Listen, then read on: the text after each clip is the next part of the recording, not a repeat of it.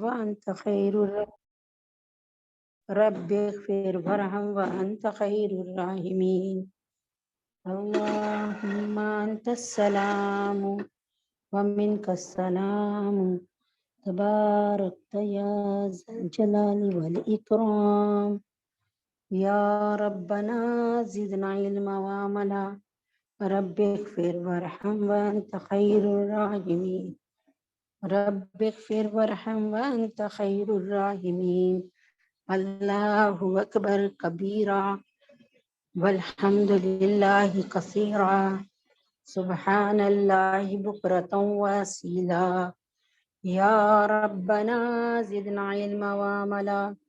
رب اغفر وارحم وانت خیر الراحمین. رب اغفر وارحم وانت خیر الراحمین. السلام علیکم ورحمۃ اللہ وبرکاتہ. رب اشرح لی صدری ویسر لی امری واحلل عقدۃ من لسانی یفقہوا قولی. یا ربنا زدنا علما وعملا یا ربنا زدنا علما وعملا رب اغفر وارحم وانت خیر الراحمین. رب اغفر وارحم وانت خیر الراحمین. اللہم انفعنی بما علمتنی وعلمنی ما ینفعنی وزدنا علما وزدنا علما وزدنا علما وعملا. الحمد للہ علی کل حال واعوذ باللہ من حال اہل النار. بسم اللہ الرحمن الرحیم. الحمد للہ رب العالمین کہ اللہ تبارک تعالیٰ نے آپ سب کو جڑنے کی توفیق عطا فرمائی، اور کوئی کہیں سے الحمد للہ رب العالمین جڑ رہا ہے. اللہ تعالیٰ آپ سب کے علم میں، عمل میں، جان میں، مال میں اللہ تعالیٰ برکت عطا فرمائے، اور اللہ تعالیٰ عافیت والے سودے عطا فرمائے، آپ کے ساتھ عافیت والا معاملہ فرمائے. یہ وہ دعائیں ہیں جو انشاءاللہ، دیکھیں میں تو بہت گناہگار ہوں، لیکن مجھے یہ پتہ ہے کہ مالک حقیقی، خالق حقیقی کہ ہاں جو ہے بہت زیادہ قدر ہے اخلاص کی. پڑھا مجھے کچھ نہیں آتا، لیکن الحمدللہ میرے پاس اخلاص ہے الحمدللہ. اسی اخلاص کے ساتھ آپ سب کو جوڑنے کی کوشش کرتی ہوں، اور کوشش کرتی ہوں نبی پاک صلی اللہ علیہ وسلم کے اس عمل کو زندہ کرنے کی، کہ مشرق میں، شمال میں، جنوب میں، جہاں بھی ہو، میں کسی بھی ایک کسی بھی طرح، کسی بھی جو ہے فارم میں انسانیت کو جہنم کے گڑھے میں جانے سے بچانے کی کوشش ہے. یہ کوشش صرف میرے ذمہ نہیں ہے، یہ کوشش آپ سب کے ذمہ بھی ہے. خدارا وقت تیزی کے ساتھ گزرا جا رہا ہے. حتیٰ زرتم المقابر، یہاں تک کہ ہم اپنی قبروں کی زیارت کر لیں گے. خدارا تھوڑا سا سوچنے کی ضرورت ہے، اس ٹائم کو استعمال کرنے کی ضرورت ہے بہترین انداز میں، جس انداز میں صحابہ نے کیا. حضرت عن ابن عمر رضی اللہ تعالیٰ عنہ قال رسول اللہ صلی اللہ علیہ وآلہ وسلم لا حسد الا علی اثنین رجل اتاه اللہ القرآن فهو یقوم به آناء اللیل وآناء النہار. اللہ کے نبی اکرم صلی اللہ علیہ وسلم جو ہے ان کے پیارے صحابی ابن عمر رضی اللہ عنہ حضور پاک صلی اللہ علیہ وسلم کا ارشاد نقل فرماتے ہیں کہ حسد دو شخصوں کے سوا کسی پر جائز نہیں ہے. حسد ہم کس سے حسد کرتے ہیں؟ ہم اپنی دیورانی جٹھانی سے، ہم اپنے پڑوسی سے حسد کرتے ہیں جس کے پاس زیادہ ہوتا ہے. لیکن حسد اللہ کے نبی فرماتے ہیں دو لوگوں کے علاوہ کسی سے جائز نہیں. ایک وہ جس کو حق تعالیٰ جل شانہ نے قرآن شریف کی تلاوت عطا فرمائی اور دن رات اس میں مشغول رہتا ہے. دوسرے وہ جس کو حق سبحانہ تعالیٰ مال کی کثرت عطا فرمائی اور دن رات وہ اس کو اللہ کی راہ میں خرچ کرتا ہے. ان دو لوگوں سے حسد جائز ہے بس. ہائے ہائے. قرآن شریف کی آیات اور احادیث کثرہ کے عموم سے حسد کی برائی اور ناجائز ہونا مطلقاً معلوم ہو جاتا ہے. اس حدیث شریف سے دو آدمیوں کے بارے میں جواز معلوم ہوتا ہے. چونکہ وہ روایات زیادہ مشہور و کثیر ہیں، اس لیے علماء نے اس حدیث کے دو مطلب ارشاد فرمائے. اول یہ کہ حسد اس حدیث شریف میں رشک کے معنی ہے، یعنی حسد نہیں ہے، رشک کرنا، یعنی کسی کو دیکھ کے کہنا کاش میں بھی ایسا ہو جاؤں. حسد تو یہ ہوتا ہے نا کہ یا اللہ اس کے پاس یہ چیزیں کیوں ہے، ختم کر دے، اس کو نصیب نہ ہو کرنا استعمال۔ تو حسد جو ہے حدیث شریف میں رش کے معنی ہے، جس کو عربی میں غیبتہ کہتے ہیں۔ غیبتہ کہتے ہیں جیسے حضرت ابوبکر اور عمر فاروق ہمیشہ غیبتہ کرتے رہتے تھے، نیکی میں ایک دوسرے سے بڑھ جانا۔ حسد اور غیبتہ میں یہ فرق ہے کہ حسد میں کسی کے پاس کوئی نعمت دیکھ کر یہ آرزو ہوتی ہے کہ اس کے پاس یہ نعمت نہ رہے، خواہ اپنے پاس ہو، حاصل ہو یا نہ ہو، ہمیں ملے نہ ملے، اس کے پاس سے ختم ہو جائے، یہ بھی کوڑیوں کے مول پہ آ جائے، یہ بھی بے گھر ہو جائے، یہ بھی بے اولاد ہو جائے۔ اور رشک میں اپنے پاس اس کے حصول کی تمنا، رشک یہ ہوتا ہے یار یہ کتنا نیک ہے، کاش ہم بھی ایسے ہی ہو جائیں۔ تو یہاں پر حسد رشک کے معنوں میں ہے۔ دیکھیں قربان جائیں علماء دین کے جو ہمیں یہ حدیثوں کو بریف کر کے بتاتے ہیں، سمجھاتے ہیں ہمیں، ورنہ ہم کہیں سے کہیں غلط پہنچ جائیں۔ چنانچہ حسد بالاجماع جو ہے حرام ہے، اس لیے علماء نے اس لفظ حسد کو مجازن غیبتہ کے معنی میں ارشاد فرمایا۔ اور غیبتہ ہے نیکی میں ایک دوسرے کو، اس نے 200 رکعت نماز پڑھی، میں 400 پڑھوں گا، اس نے آج 100 روپے اللہ کی راہ میں ہدیہ کیے، میں 200 کروں گا، یہ والا غیبتہ جائز ہے۔ یہ عمر فاروق اور حضرت ابو بکر صدیق کا غیبتہ ہے۔ اگر حسد جائز ہوتا تو یہ دو چیزیں ایسی تھیں کہ ان میں جائز ہوتا، یہ بات بھی ہو جاتی کہ اگر حسد جائز ہوتا تو ان دو چیزوں میں جائز ہوتا کہ ہائی یہ کتنا قرآن پڑھا ہوا ہے، حسد ہونا اس سے۔ ہم کس سے بات کرتے ہیں اس طریقے سے تو حسد کرتے ہی نہیں، ہم تو کہتے ہیں اللہ اس کو اتنی بڑی گاڑی مل گئی، اللہ پاک اس کو ملنا نصیب ہی نہ اس کو برتنا، اچھا اس کو اتنا بڑا گھر مل گیا، اس کو رہنا نصیب نہ ہو۔ یہ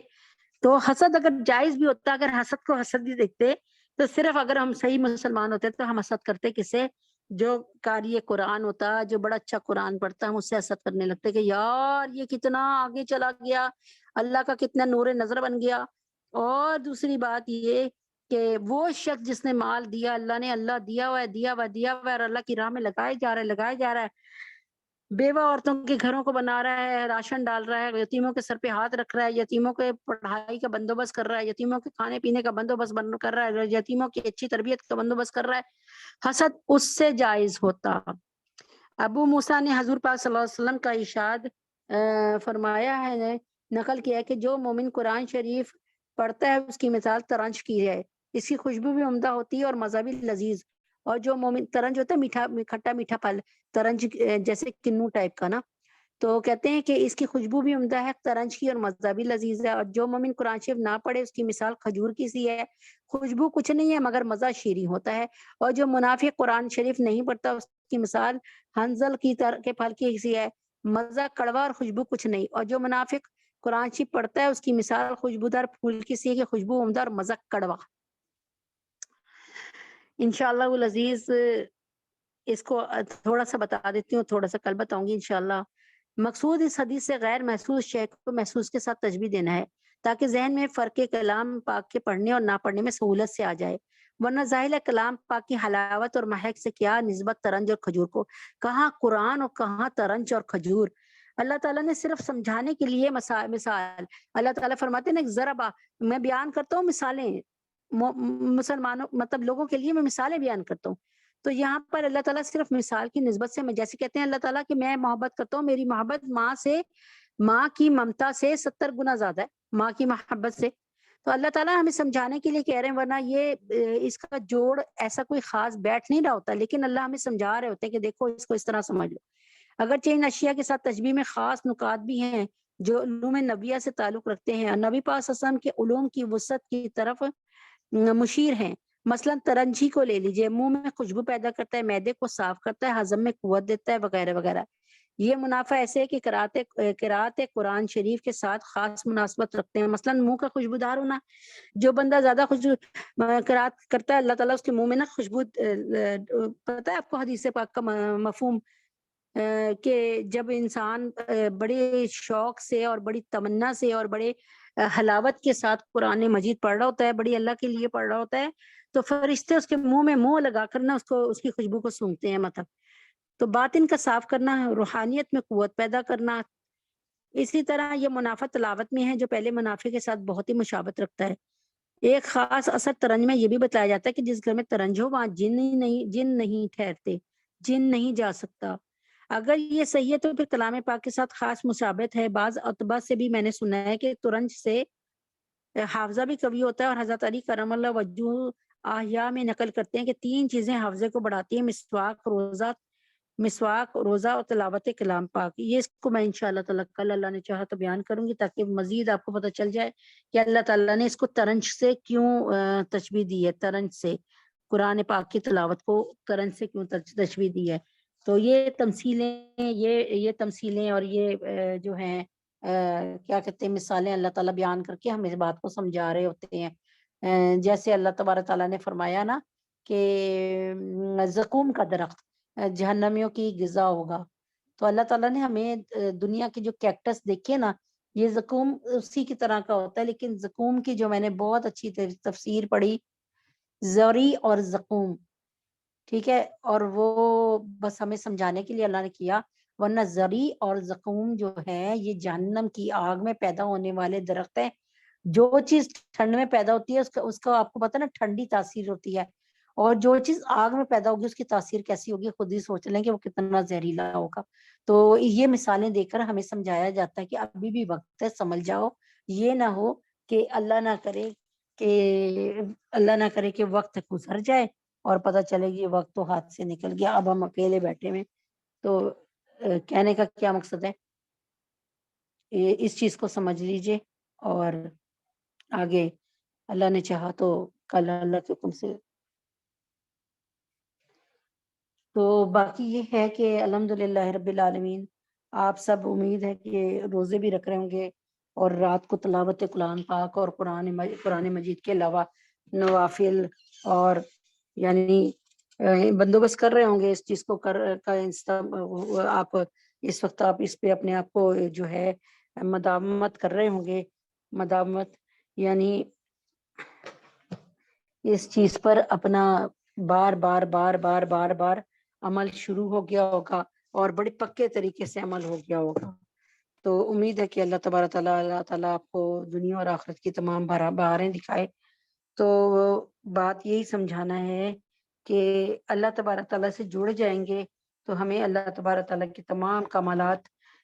جو ہے اور تمام صفات ہے اس سے آگاہی ہوگی، پھر ہم دل سے اللہ تعالیٰ کو جانیں گے، سمجھیں گے، مانیں گے، اور پھر اللہ تعالیٰ کے ہو کے اللہ تبارک تعالیٰ کے ہو کے رہیں گے۔ اگر ہم نہیں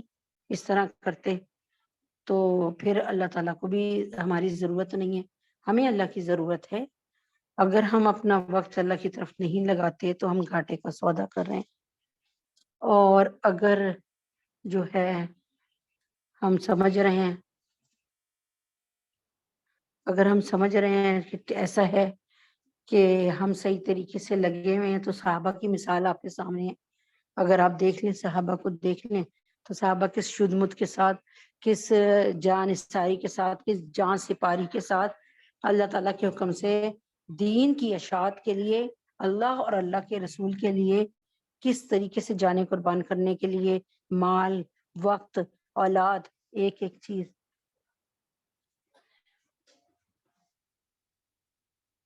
تو یہ دیکھ لیں کہ یہ سب کچھ ہے، ایسا ہے کہ ہمیں ابھی وقت ملا ہوا ہے، اس وقت کو قیمتی بنا لیں، اس وقت کو قیمتی بنا لیں، پھر تو ظاہر ہے آگے آگے ایک تو بڑھاپا کرنا چاہیں گے تو روزے نہیں رکھ سکیں، روزے رکھنا چاہیں گے تو روزے نہیں رکھ سکیں گے، تلاوت قرآن پاک کرنا چاہیں گے، بیٹھنا چاہیں گے تو بیٹھنے کا موقع نہیں ملے گا۔ تو اس سے پہلے کہ اللہ اکبر، آپ نے دیکھا ہوگا کہ کتنے لوگ جو ہیں اللہ کے حکم سے، اللہ مجھے معاف کرے، میں مثال دے کر سمجھا رہی ہوں، صرف اللہ تبارک تعالیٰ معاف کرے، میں یہ چاہ رہی ہوں کہ صرف بتانا یہ چاہ رہی ہوں کہ کتنے لوگ ہیں اس وقت جو اللہ تبارک تعالیٰ کے حکم سے ہسپتال میں پڑے ہیں، اور ان کو کیا کہتے ہیں ذرہ برابر بھی یعنی ان کو نہ کی نہیں ہے، نہ کھانے کی ڈرپ لگی ہوئی ہے، پیشاب کی نالی لگی ہوئی ہے، اور خوراک کی نالی لگی ہوئی ہے، اللہ اکبر کبیرہ پیمپر لگا ہوا ہے، اور کس طریقے سے۔ تو یہ وقت جو ہے بڑا سخت وقت ہے۔ اس وقت کے آنے سے پہلے اس وقت کی اللہ تبارک تعالیٰ کو راضی کر لیں، اب بھی ہم لوگوں میں اللہ کے حکم سے یہ جان ہے کہ ہم اللہ تعالیٰ کے حکم سے جو ہے اپنے معاملات کر رہے ہیں، باتھ روم جاتے ہیں، نہاتے ہیں، دھوتے ہیں، اب بھی اللہ کو اپنی ذہن کو ہر چیز سے فارغ کر کے یہ دیکھیں کہ صحابہ کرام نے اور نبی اکرم صلی اللہ علیہ وسلم نے اللہ تعالیٰ کی کس طرح عبادت کی ہے اور کس طرح اللہ کا کہنا مانا ہے۔ جب ہم یہ سب کچھ دیکھنا شروع ہو جائیں گے انشاءاللہ انشاءاللہ انشاءاللہ، تو پھر ہماری جو ہے نا، پھر ہمارا چلنا پھرنا اٹھنا بیٹھنا سب کچھ خالص اللہ کی رضا کے لیے ہو جائے گا۔ اور جب اللہ کی رضا کے لیے ہو جائے گا تو پھر اللہ تبارک تعالیٰ تو فرماتے ہیں ان اللہ شاکر علیم، میں بہت قدردان ہوں، بہت قدردان ہوں۔ بسم اللہ الرحمن الرحیم۔ میں نے کل بتایا تھا آپ کو کہ جب مہمان کے پاس سے جا رہی ہوں، بار بار ریپیٹ کرتی ہوں، تو پھر میزبان کے پاس سے جا رہے ہیں تو میزبان کو دعا دیں کہ افطر عندکم الصائمون، کہ تمہارے پاس جو ہیں روزے دار آ کر افطار کریں، وَأَكَلَ طَعَامَكُمُ الْأَبْرَارُ، اور تمہارے پاس جو ہیں وہ کیا کہتے ہیں نیک لوگ، تمہارا متقی لوگ تمہارا کھانا کھائیں،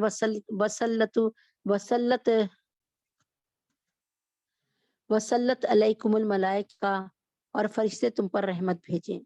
جب میزبان کے گھر سے چلنے لگے تو یہ دعا پڑھیں، اللہم بارک لہم فیما رزقتہم واغفر لہم ورحمہم ان اللہ، ان کے رزق میں اے اللہ ان کے رزق میں برکت دیجئے اور ان کو بخش دیجئے اور ان پہ رحم فرما دیجئے۔ اللہم بارک لہم فیما رزقتہم واغفر لہم ورحمہم، اور جب اے اللہ ان کے رزق میں برکت دیجئے، ان کو بخش دیجئے، ان پر رحم فرمائیے۔ جب روزہ افطار کریں، اللہم لک صمت وعلی رزقک افطرت، یہ بس اتنی سی ہے، وہ جو پڑھتے تھے نا ہم پہلے، اللہ جو ٹی وی پہ آتی تھی، اللہم لک صمت وبک آمنت وعلی رزقک افطرت والا، مطلب وہ پوری جو دعا تھی نا وہ نہیں صحیح ہے۔ جو صحیح ہے، اس طرح بہت سے لوگوں نے بدعتیں بنا لی ہیں، خود اپنی طرف سے جوڑ دیا ہے۔ ہمیں جو مسنون دعا اللہ کے نبی سے ملی ہے وہ ہے اللہم لک صمت وعلی رزقک افطرت، اے اللہ میں نے تیرے لیے روزہ رکھا، تیرے ہی دیے ہوئے رزق پر روزہ کھولا۔ جب کپڑا پہنے تو دعا پڑھیں، الحمدللہ الذی کسانی ھذا ورزقنی من غیر حول منی ولا قوہ، الحمدللہ الذی کسانی ھذا ورزقنی من غیر حول منی ولا قوہ، سب تعریفیں اللہ کے لیے جس نے مجھے یہ کپڑا پہنایا اور نصیب کیا بغیر میری کوشش اور قوت کے۔ جب نیا کپڑا پہنے تو یہ کہیں، اللہم لک الحمد کما کسوتنیہ اسألک خیرہ و خیر ما صنع لہ واعوذ بک من شرہ و شر ما صنع لہ، یعنی اللہم لک الحمد، اے اللہ تیرے لیے تمام تعریفیں ہیں، کما کسوتنی ہی، کہ تو نے یہ کپڑا مجھے پہنایا، اور اس کے بعد اسألک خیرہ، میں تجھ سے اس کی بھلائی یعنی اس کپڑے کی بھلائی، وخیر ما صنع لہ، اور اس چیز کی بھلائی کا سوال کرتا ہوں جس کے لیے بنایا گیا، یعنی میری حیا شرم بھی رہے، کپڑا مجھے خوبصورت، میں کپڑا پہنوں تو میں خوبصورت بھی لگوں، اور یہ کپڑا گرمی سردی سے میری حفاظت بھی کرے، اور تجھ سے اس کی برائی اور اس چیز کی برائی سے پناہ چاہتا ہوں جس کے لیے بنایا گیا۔ تو اللہ تبارک تعالیٰ کے حکم سے اللہ تبارک یعنی اللہ اکبر کبیرہ، یعنی اتنی خوبصورت دعا ہے، اس کو بار بار پڑھیں کہ اللہم لک الحمد کما کسوتنی واسألک خیرہ و خیر ما صنع لہ واعوذ بک من شرہ و شر ما صنع لہ، اے اللہ تیرے لیے سب تعریفیں ہیں جیسا کہ تو نے یہ کپڑا مجھے پہنایا، میں تجھ سے اس کی بھلائی اور اس کی چیز کی اور اس چیز کی بھلائی کا سوال کرتا ہوں جس کے لیے بنایا گیا، اور تجھ سے اس کی برائی، اس چیز کی برائی سے پناہ چاہتا ہوں جس کے لیے بنایا گیا۔ جب آئینہ دیکھیے تو دعا کیجیے، اللہم لک اللہم انت حسن،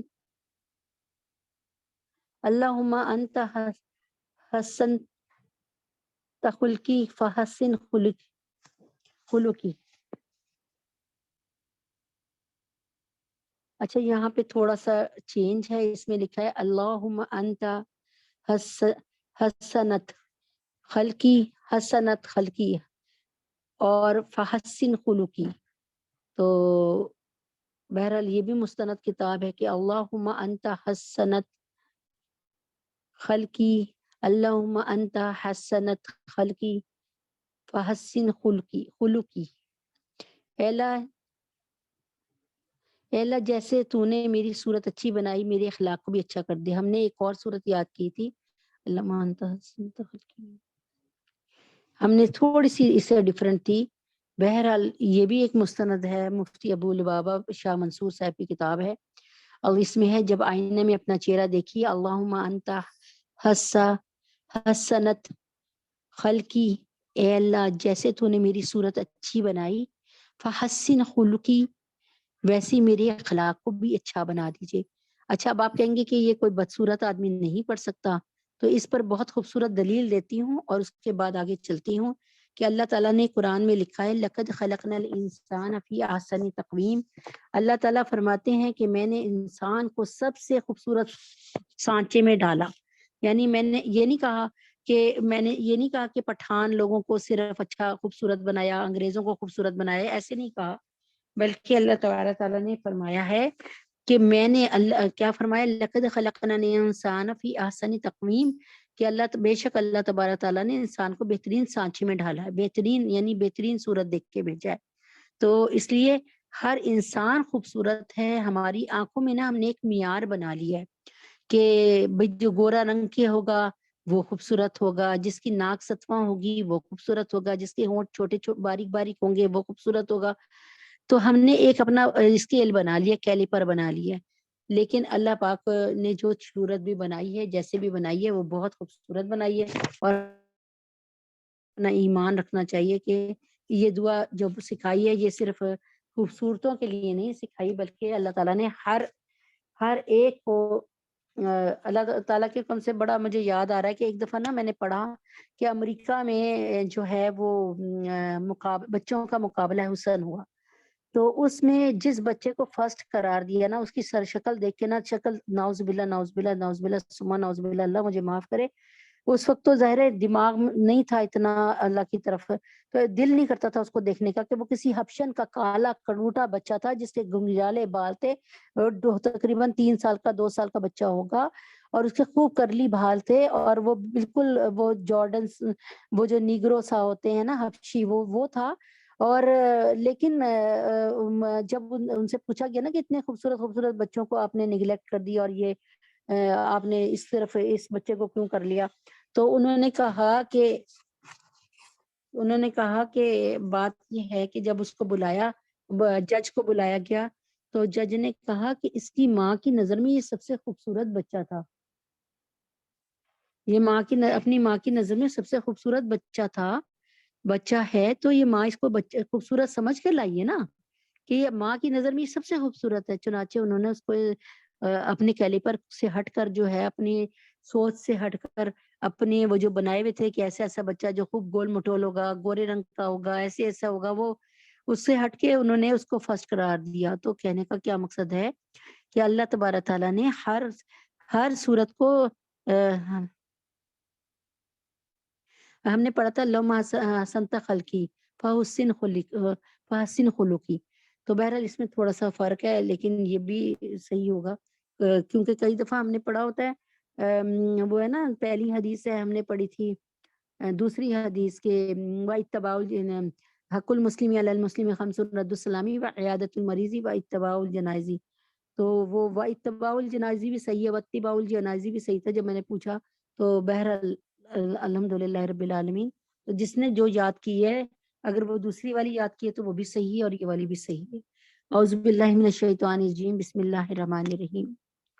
رشتہ جو نہ قائم ہو محمد سے وفا کا، پھر جینا بھی برباد ہے مرنا بھی اکارت. اگر محمد صلی اللہ علیہ وسلم نہ ہوتے تو یہ جنگ عذاب غزوہ احزاب بھی نہ ہوتی، اور محمد صلی اللہ علیہ وسلم نہ ہوتے تو یہ قرآن بھی نہ ہوتا،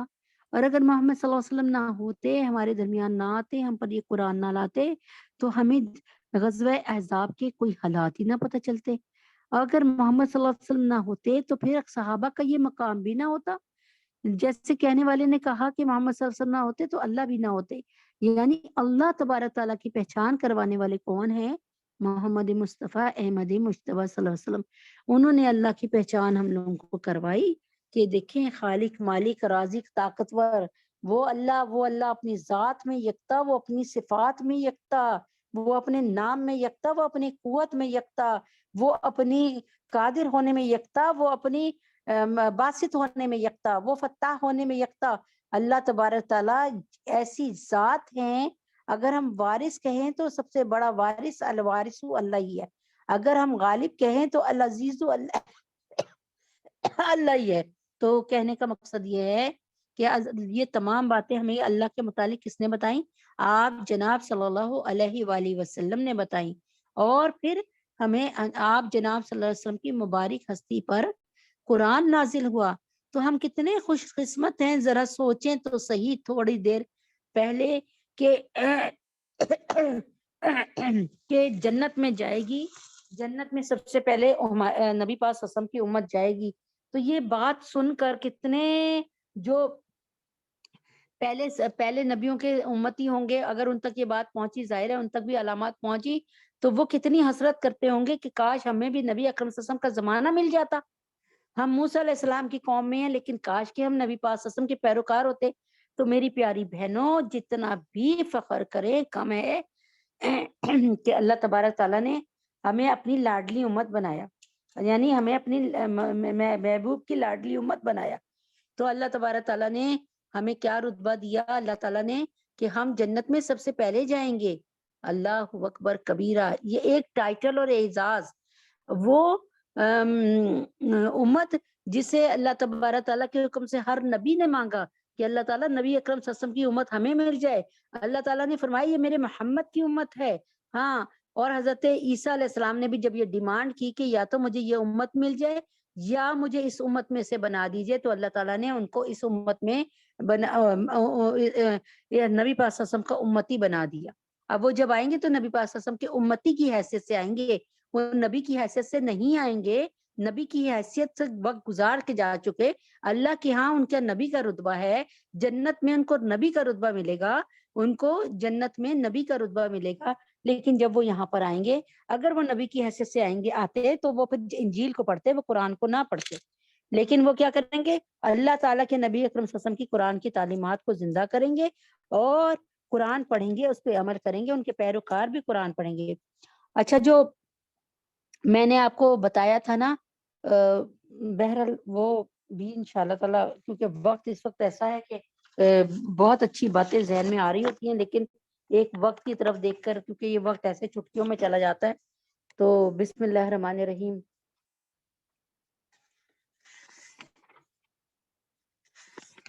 اعوذ باللہ من الشیطان الرجیم،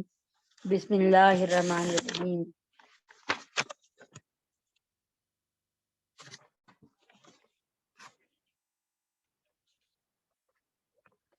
اچھا جی، لقد کان، اعوذ باللہ من الشیطان الرجیم، بسم اللہ الرحمن الرحیم۔ جہاں سے کل آیتیں ہم نے چھوڑی تھی وہیں سے شروع کرتے ہیں، اور آج مطلب جو اس سبق کو شروع ہوئے تیسرا دن ہے۔ لقد کان، بسم اللہ الرحمن الرحیم، لقد کان لکم فی رسول اللہ اسوۃ حسنۃ لمن کان یرجو اللہ والیوم الآخر وذکر اللہ کثیرا۔ تم لوگوں کے لیے لقد کان لکم فی رسول اللہ، تم لوگوں کے لیے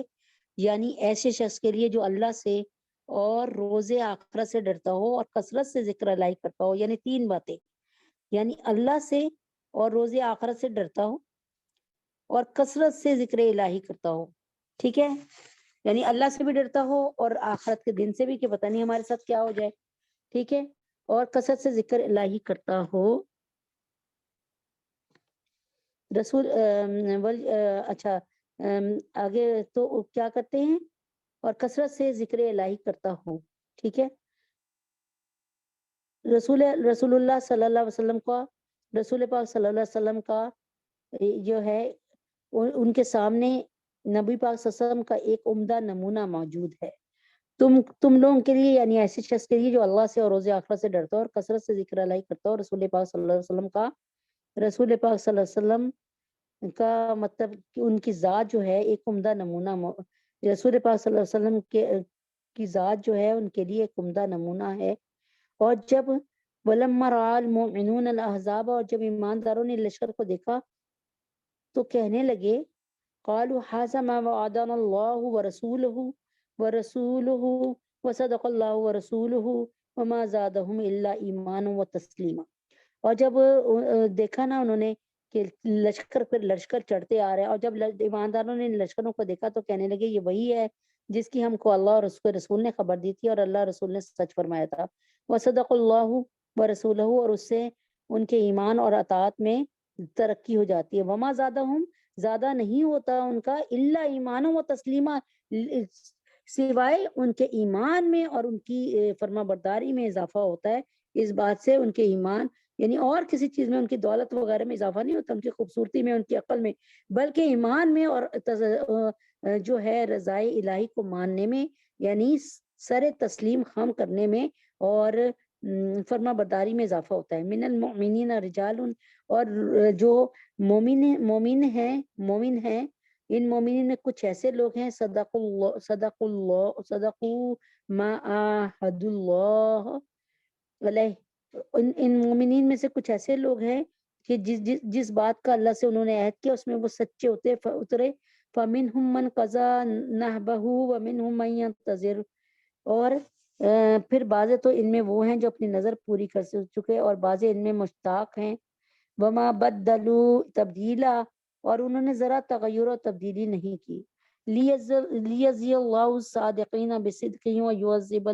وَيُعَذِّبَ الْمُنَافِقِينَ إِنْ شَاءَ أَوْ يَتُوبَ عَلَيْهِمْ. یہ واقعہ اس لیے ہوا تاکہ اللہ تعالیٰ سچے مسلمانوں کو ان کے سچ کا صلہ دے اور منافقوں کو چاہے سزا دیں گے چاہے ان کو توبہ کی توفیق دے دیں. اللہ تبارک تعالیٰ ان کو سزا بھی دے سکتے ہیں اور یہ بھی ہے کہ ان میں سے کسی کو جو بھی ہے اللہ تعالیٰ ان کو توبہ کی توفیق دے دے. ان اللہ کان غفور الرحیم، اللہ تبارک تعالیٰ جو ہیں وہ بہت غفور الرحیم ہے، بخشنے والے ہیں، مہربان ہیں. ورد اللہ الذین کفروا، اور لوٹا دیا اللہ نے ورد اللہ الذین کفروا بغیظہم لم ینالوا خیرا، یعنی اللہ تعالیٰ نے کافروں کو ان کے غصے میں بھرا ہوا ہٹا دیا کہ ان کی کچھ بھی مراد پوری نہ ہوئی. یعنی کافر نبی پاک صلی اللہ علیہ وسلم کے لیے اور مسلمانوں کے لیے بہت غصہ اور بہت نفرت لے کر اور بہت ہی شدت کی نفرت لے کر آئے تھے، لیکن اللہ تعالیٰ نے ان کے غصے کو اتارنے نہیں دیا مسلمانوں پہ، بلکہ وہ غصے میں بھرے اللہ تعالیٰ کے حکم سے اللہ تعالیٰ نے ان کو ایسی تدبیر کی کہ وہ وہاں سے دور ہو گئے. وَكَفَ اللَّهُ الْمُؤْمِنِينَ الْقِتَالَ، اللہ تعالیٰ مسلمانوں کے لیے آپ کافی ہو گیا. وَكَانَ اللَّهُ قَوِيًّا عَزِيزًا، اور اللہ تعالیٰ بڑی قوت والے اور بڑے زبردست ہیں. یعنی اللہ تبارک تعالیٰ نے مسلمانوں کی مدد کسی اور ذرائع سے نہیں کی، بلکہ اللہ تبارک تعالیٰ نے اس وقت کیا کیا، ایسا غیبی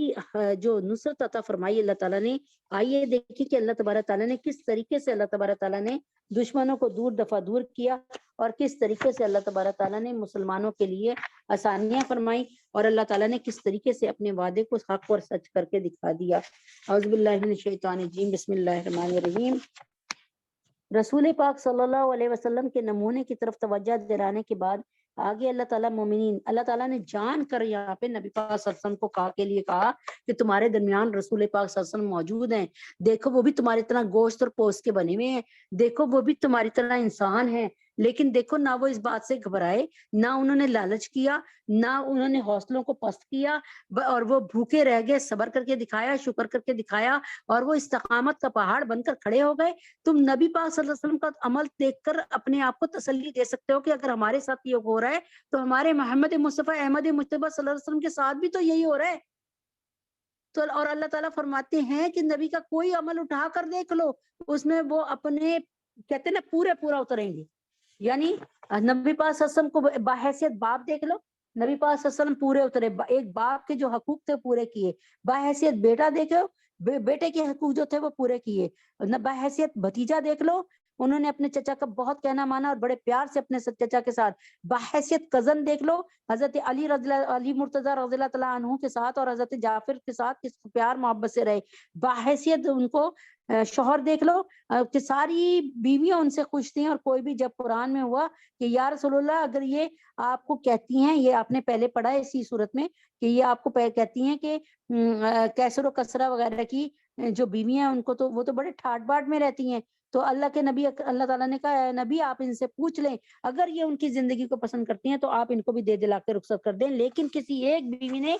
یہ بات کو آپ کی سجیشن کو اور آپ کے اس آفر کو نہیں مانا, اور سب نے کہا کہ ہم نبی پاک صلی اللہ علیہ وسلم کے ساتھ اسی حالات میں جس طرح آپ جناب صلی اللہ علیہ وسلم رہ رہے ہیں اسی طرح رہیں گے. بحیثیت نبی پاک صلی اللہ علیہ وسلم کے تاجر کو دیکھ لیں کہ نماز پڑھ کے گئے اور بازار میں چلے گا اور گندم میں ہاتھ ڈالا اور جو تھی گیلی گندم کو نکال کر اوپر کیا اور سوکھی ہوئی گندم کو نیچے کیا اور کہا بتا کر بیچو اور گیلی گندم مت بیچو. گیلی گندم زیادہ تلنے میں کم ہوتی ہے اور وزن میں مطلب وزن میں زیادہ ہو جاتی ہے اور تلنے میں پھر کم چڑھتی ہے, پھر سوکھ جاتی ہے, پانی خشک ہو جاتا ہے تو اس کا وہ لیول کم ہو جاتا ہے, جو جتنا ہم نے کلو لیا ہے تو وہ تقریباً 800 گرام رہ جاتی ہے. تو اسی طرح نبی اکرم صلی اللہ علیہ وسلم نے تجارت کے اصول بتائے. جیسے نبی اکرم صلی اللہ علیہ وسلم نے فرمایا کہ جب تم لوگ سفر میں ہو اور کوئی تم لین دین کرنا چاہو تو چاہیے کہ لکھ لے تمہارے درمیان ایک ایماندار آدمی, اور وہ ایک گواہ ہونا چاہیے تمہارے سامنے, یعنی کل کو وہ پھر نہ سکے بھائی میں نے تو تم سے پیسے ہی نہیں لیے. تو اللہ یا یہ کہ کوئی لکھنے والا بے ایمان ہو, وہ دوسرے کے ساتھ جو لے رہا ہے اس کو ساتھ مل جائے اور لے وہ 10,000 اور لکھوائے وہ 5,000. تو اللہ تعالیٰ کے نبی فرماتے ہیں قدم قدم پر میں نے کہا نا کوئی ایسی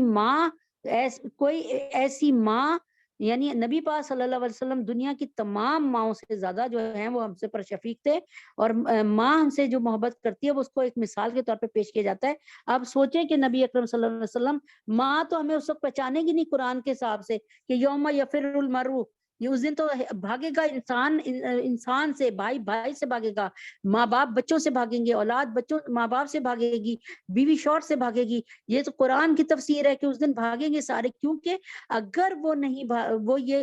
وہ اس لیے نہیں رکیں گے کہ ان کو نفسی نفسی پڑی ہوگی, ہم اپنی جان کو سنبھالیں بس. اور یہ بھی ہوگا کہ کہیں ماں ہم سے مطالبہ نہ کر لے کہ پتر ذرا نیکیاں دے دے, شوہر مطالبہ نہ کر لے, بھائی بھائی سے مطالبہ نہ کر لے, تو اس لیے چھپتے پھریں گے ایک دوسرے سے. وہ ایسا آوازار کر دینے والا موقع ہوگا. تو پھر فرمایا کہ رسول پاک صلی اللہ علیہ وسلم کے نمونے کی طرف توجہ دلانے کے بعد یعنی کہ اللہ تعالیٰ فرماتے ہیں کہ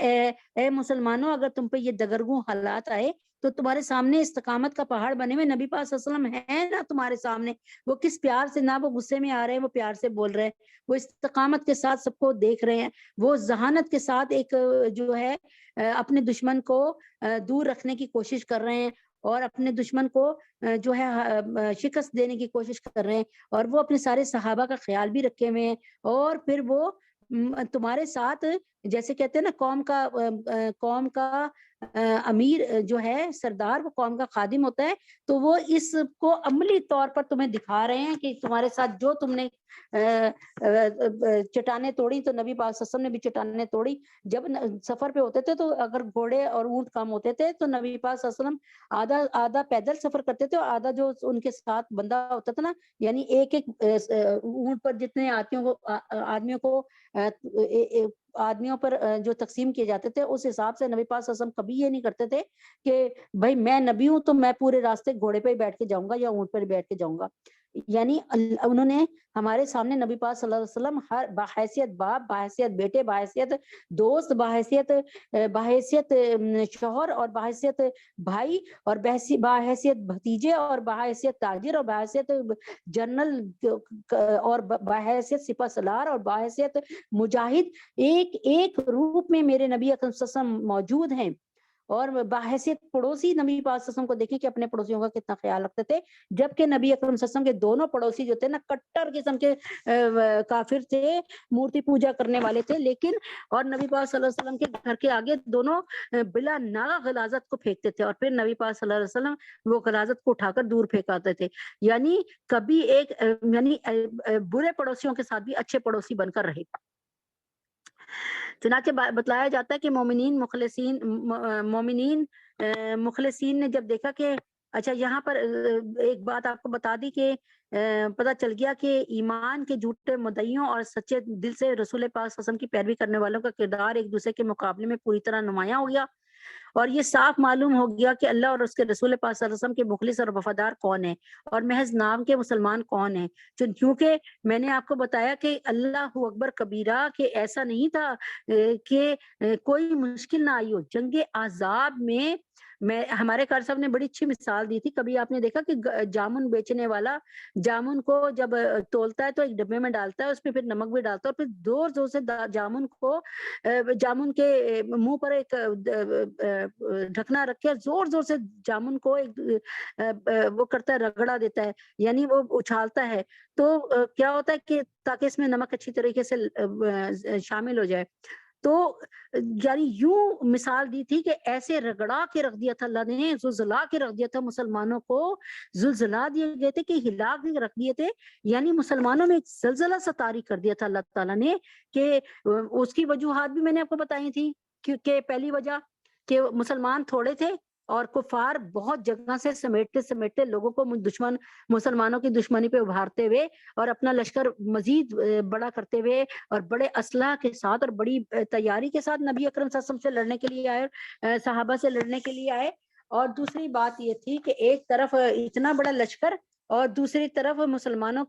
سردی، تیسری طرف مسلمانوں کے پاس کھانے کے لیے دانے نہیں ہیں، زیادہ راہ نہیں ہے، کھانے کے لیے کھانا نہیں ہے، اور نبی اکرم صلی اللہ علیہ وسلم کے پاس اور دوسرے صحابہ کے پاس گرم کپڑے نہیں ہیں، موسم ٹھنڈ کا تھا،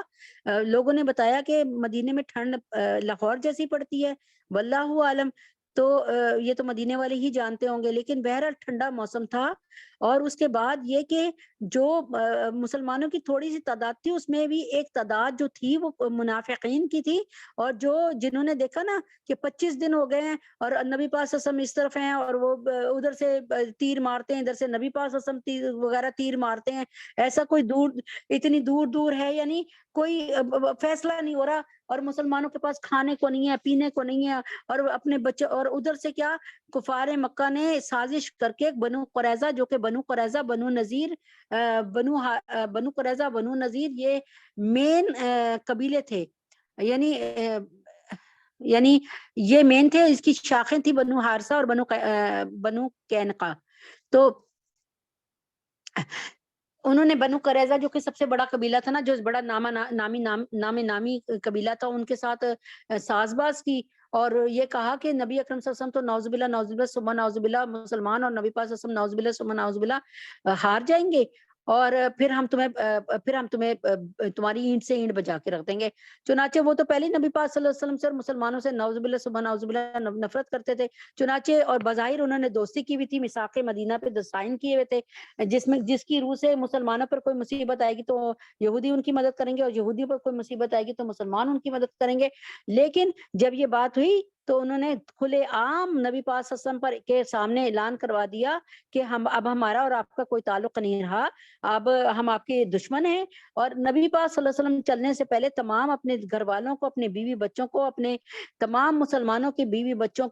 بچوں کو اور بوڑھوں کو ان کے گھروں سے لا کر ایک ایسی جگہ جو کہ بنو قریظہ کے قریب تھی، وہاں پر ان کو جمع کر دیا کہ چلو بنو قریظہ کی حفاظت میں رہیں گے۔ اب بنو قریظہ نے دستبرداری سے ہاتھ ہٹا لیا، تو اب یہ نبی پاک صلی اللہ علیہ وسلم کو اور مسلمان کو ایک اور دھچکا لگا کہ سامنے دشمن کھڑا، ادھر ہماری فوج میں غدار بھی موجود ہیں، منافق موجود ہیں، اور ادھر سے جو اندر ہمارے بیوی بچے ہیں ان کے لیے بھی جو ان کی جان اور ان کی عزت و آبرو کو بھی خطرہ ہے، یعنی اور پھر کھانے کو نہیں، پینے کو نہیں، اوپر سے پہاڑی علاقہ، اور اس کو کھود کر 3000 صحابہ نے 6 دن میں 5 فٹ گہری خندق کھودی۔ تو اب یہ دیکھنے نا کہ یہ تو بہت زیادہ ہارڈ ورکنگ تھی۔ اس کے بعد چنانچہ بتلایا جاتا ہے کہ مومنین مخلصین نے جب دیکھا کہ اعدائے دین اور کفار مشرکین کی ٹڈی دل فوج اکٹھی ہو کے چاروں طرف سے ٹوٹ پڑی ہے، تو بجائے، یعنی اس کا ذکر آیا ہے کہ جب انہوں نے لشکر اترتے دیکھے تو بجائے تذبذب یا پریشان ہونے کے ان کی اطاعت شاری اور اللہ کی فرمانبرداری کا جذبہ اور اللہ اور اللہ کے رسول کے وعدوں پر ان کا یقین اور زیادہ بڑھ گیا. یعنی نعوذ باللہ ہم ہوتے تو ہم کہتے لو مروا دیا اللہ نے ہمیں، ایک مثال کے طور پہ. یہی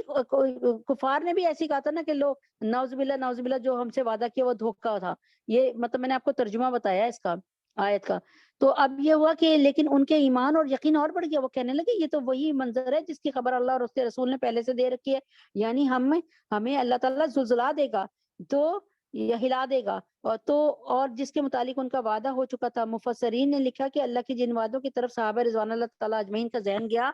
وہ وعدے ہیں کہ سخت آزمائشوں سے تم کو گزرنا ہوگا، مصائب کے پہاڑ تم پر ٹوٹ پڑیں گے اور گراں ترین قربانیاں تمہیں دینی پڑے گی، بیوی کی، بچوں کی، مال کی، جان کی، عزت کی، آبرو کی، سب قربانیاں. پھر اللہ تعالیٰ کی بھی عنایات خاصہ تم پہ ہوں گی اور تمہیں دنیا اور آخرت کی وہ کامیابیاں اور سرفرازیاں بخشی جائیں گی جن کا وعدہ اللہ رب العزت نے اپنے مومن بندوں سے کیا. سورہ بقرہ میں ام حسبتم ان تدخلوا الجنۃ، یعنی تم کیا یہ گمان کرتے ہو، یہ سمجھتے ہو کہ بس جنت میں یوں ہی داخل ہو جاؤ گے، کلمہ پڑھا اور جنت میں داخل ہو گئے. حالانکہ وہ حالات تو ابھی تم پر گزرے ہی نہیں جو تم سے پہلے ایمان والوں پر گزر چکے ہیں. انہیں سختیاں اور مصیبتیں پیش آئیں، انہیں ہلا ڈالا گیا، یہاں تک کہ پیغمبر اور جو لوگ ان کے ہمراہ ایمان لائے تھے پکار اٹھے کہ اللہ کی متی نصر اللہ، کی مدد کب آئے گی اللہ کی. سن لو اللہ کی مدد یقیناً قریب ہے. کیا ہے؟ اذا جاء نصر اللہ و فتح، یا جیسے سورۃ العنکبوت میں فرمایا گیا کیا لوگوں نے یہ سمجھ لیا رکھا ہے کہ بس یہ کہنے پر وہ چھوڑ دیے جائیں گے کہ ہم تو ایمان لے آئے اور انہیں آزمایا نہ جائے گا. حالانکہ ہم نے ان سب لوگوں کو آزمایا ہے جو ان سے پہلے گزر گئے، یعنی جو ہم سے پہلے گزرے گئے، جو صحابہ سے پہلے گزرے، ان کو باقاعدہ چروا دیا گیا آرے سے، ان کے ان کو لوہے کی کنگھیوں سے ان کے جسم کو جیسے کنگھی کرتے ہیں نا ہم بالوں میں، اور بالوں میں ہماری کنگھی کے دانے گھس جاتے ہیں، اس طرح یہ دانے ان کے جسم میں گھس جاتے تھے. لوہے کی کنگھیوں سے ان کو چیر دیا گیا. حالانکہ ہم نے ان سب لوگوں کو آزمایا جو ان سے پہلے گزرے. اللہ کو تو یہ ضرور دیکھنا ہے کہ سچے کون ہے جھوٹے کون ہے. تو ظاہر ہے اللہ تعالیٰ ایسے جب کہتے ہیں نا دوست وہی جو تمہاری مصیبت میں کام آئے، جب مصیبت ہی نہ آئی تو دوست کا تعین کیسے ہوگا. اللہ کو تو یہ ضرور دیکھنا ہے کہ سچے کون ہے جھوٹے کون ہے. تو اس کفار و مشرکین کے سیلاب بلا کو دیکھ کر صحابہ کرام رضوان اللہ تعالیٰ اجمعین کے ایمان اور بڑھ گئے اور وہ زیادہ جذبہ یقین اور اطمینان کے ساتھ سب کچھ جان و مال کی قربانیاں دینے پہ اور آمادہ ہو گئے. آگے انہیں مومنین مخلصین کے بعض اوصاف بیان کیے جاتے ہیں اور ان کی صفتیں بیان کی جاتی ہیں اور بتلایا جاتا ہے کہ منافقین کے برعکس جو بے حیائی کے ساتھ میدان جنگ سے ہٹ گئے. کیا ہے؟ ہمیں اپنے گھر میں غیر محفوظ لگ رہے ہیں، ہمیں اپنی عورتیں اپنے بچے غیر محفوظ لگ رہے ہیں، اور اللہ کے نبی سے کہا کہ ہمیں تو کچھ نے تو ایسے ہی نظر بچا کے چلے گئے، اور کچھ یہ تھے جو کہ اللہ کے نبی سے رخصت مانگنے آئے تو اللہ کے نبی نے بھی رخصت آرام سے دے دی. کوئی ان کے ساتھ وہ نہیں کیا، آرگومنٹس نہیں کیے، اور ان کے ساتھ یہ نہیں کیا کہ کوئی ان کے ساتھ کوئی بات ہو. اور بتلایا جاتا ہے کہ منافقین کے برعکس جو بے حیائی کے ساتھ میدان جنگ سے ہٹ گئے اور اپنے عہد کو توڑ دیا، ان مومنین نے اپنا عہد و پیمان سچ کر کے پھر ان مومنین نے یعنی صحابہ اکرام نے اپنے عہد و پیمان سچ کر دکھایا. بڑی بڑی سختیوں کے وقت دین کی حمایت اور آپ جناب صلی اللہ علیہ وسلم کی رفاقت سے ایک قدم بھی پیچھے نہیں ہٹایا. اللہ اور رسول پاک صلی اللہ علیہ وسلم کو جو زبان دے چکے تھے، جو وعدہ کر چکے تھے، انہوں نے کیا کہا تھا؟ انہوں نے یہ کہا تھا کہ اے یا رسول اللہ، ہم حضرت موسیٰ علیہ السلام کی طرح آپ کو یہ نہیں کہیں گے جا موسیٰ تو اور تیرا خدا لڑ، کیونکہ قرآن مجید میں یہی لکھا ہوا ہے نا کہ جب وہ قوم عمالقہ سے لڑنے گئے تو قرآن مجید کی ان کی آیات کا ترجمہ کہ انہوں نے کہا کہ ہم یہاں بیٹھے ہیں، آپ موسیٰ آپ اور آپ کا رب جا کے لڑے ہیں، ہم تو یہاں پر آرام سے بیٹھے. تو ہمارے صحابہ نے کیا کہا، یعنی نبی پاک صلی اللہ علیہ وسلم کے صحابہ نے فرمایا ہم یا رسول اللہ، ہم دائیں سے، ہم بائیں سے، ہم اوپر سے، ہم نیچے سے، ہم شمال سے، جنوب سے، ہم ہر طرف سے آپ کے پاس ہیں، آپ کے ساتھ ہے. تو پہاڑ کی طرح اس پہ جمے رہے. اور ان مومنین میں سے کچھ تو وہ ہیں جو اپنا ذمہ پورا کر چکے، یعنی انہوں نے اپنی جان آفرین کے سپرد کر دی اور شہید ہو گئے. اور بہت سے مسلمان وہ ہیں جو نہایت شوق کے ساتھ موت فی سبیل اللہ کا انتظار کر رہے ہیں، کب کوئی معرکہ پیش آئے جس میں ہمیں بھی شہادت کا مرتبہ نصیب ہو. صحابہ کرام رضوان اللہ تعالیٰ اجمعین کا جذبہ جہاد اور شہادت کا شوق اللہ اکبر. تاریخ ایسے واقعات سے لبریز ہے یہاں صرف ایک واقعہ جو میں نے کل آپ کو عمر بن جمو کا بتایا تھا نا، کہ کیسے حضرت عمر بن جمو جو تھے وہ ٹانگ سے لنگڑے تھے، اور میں نے بتایا تھا کیسے ان کی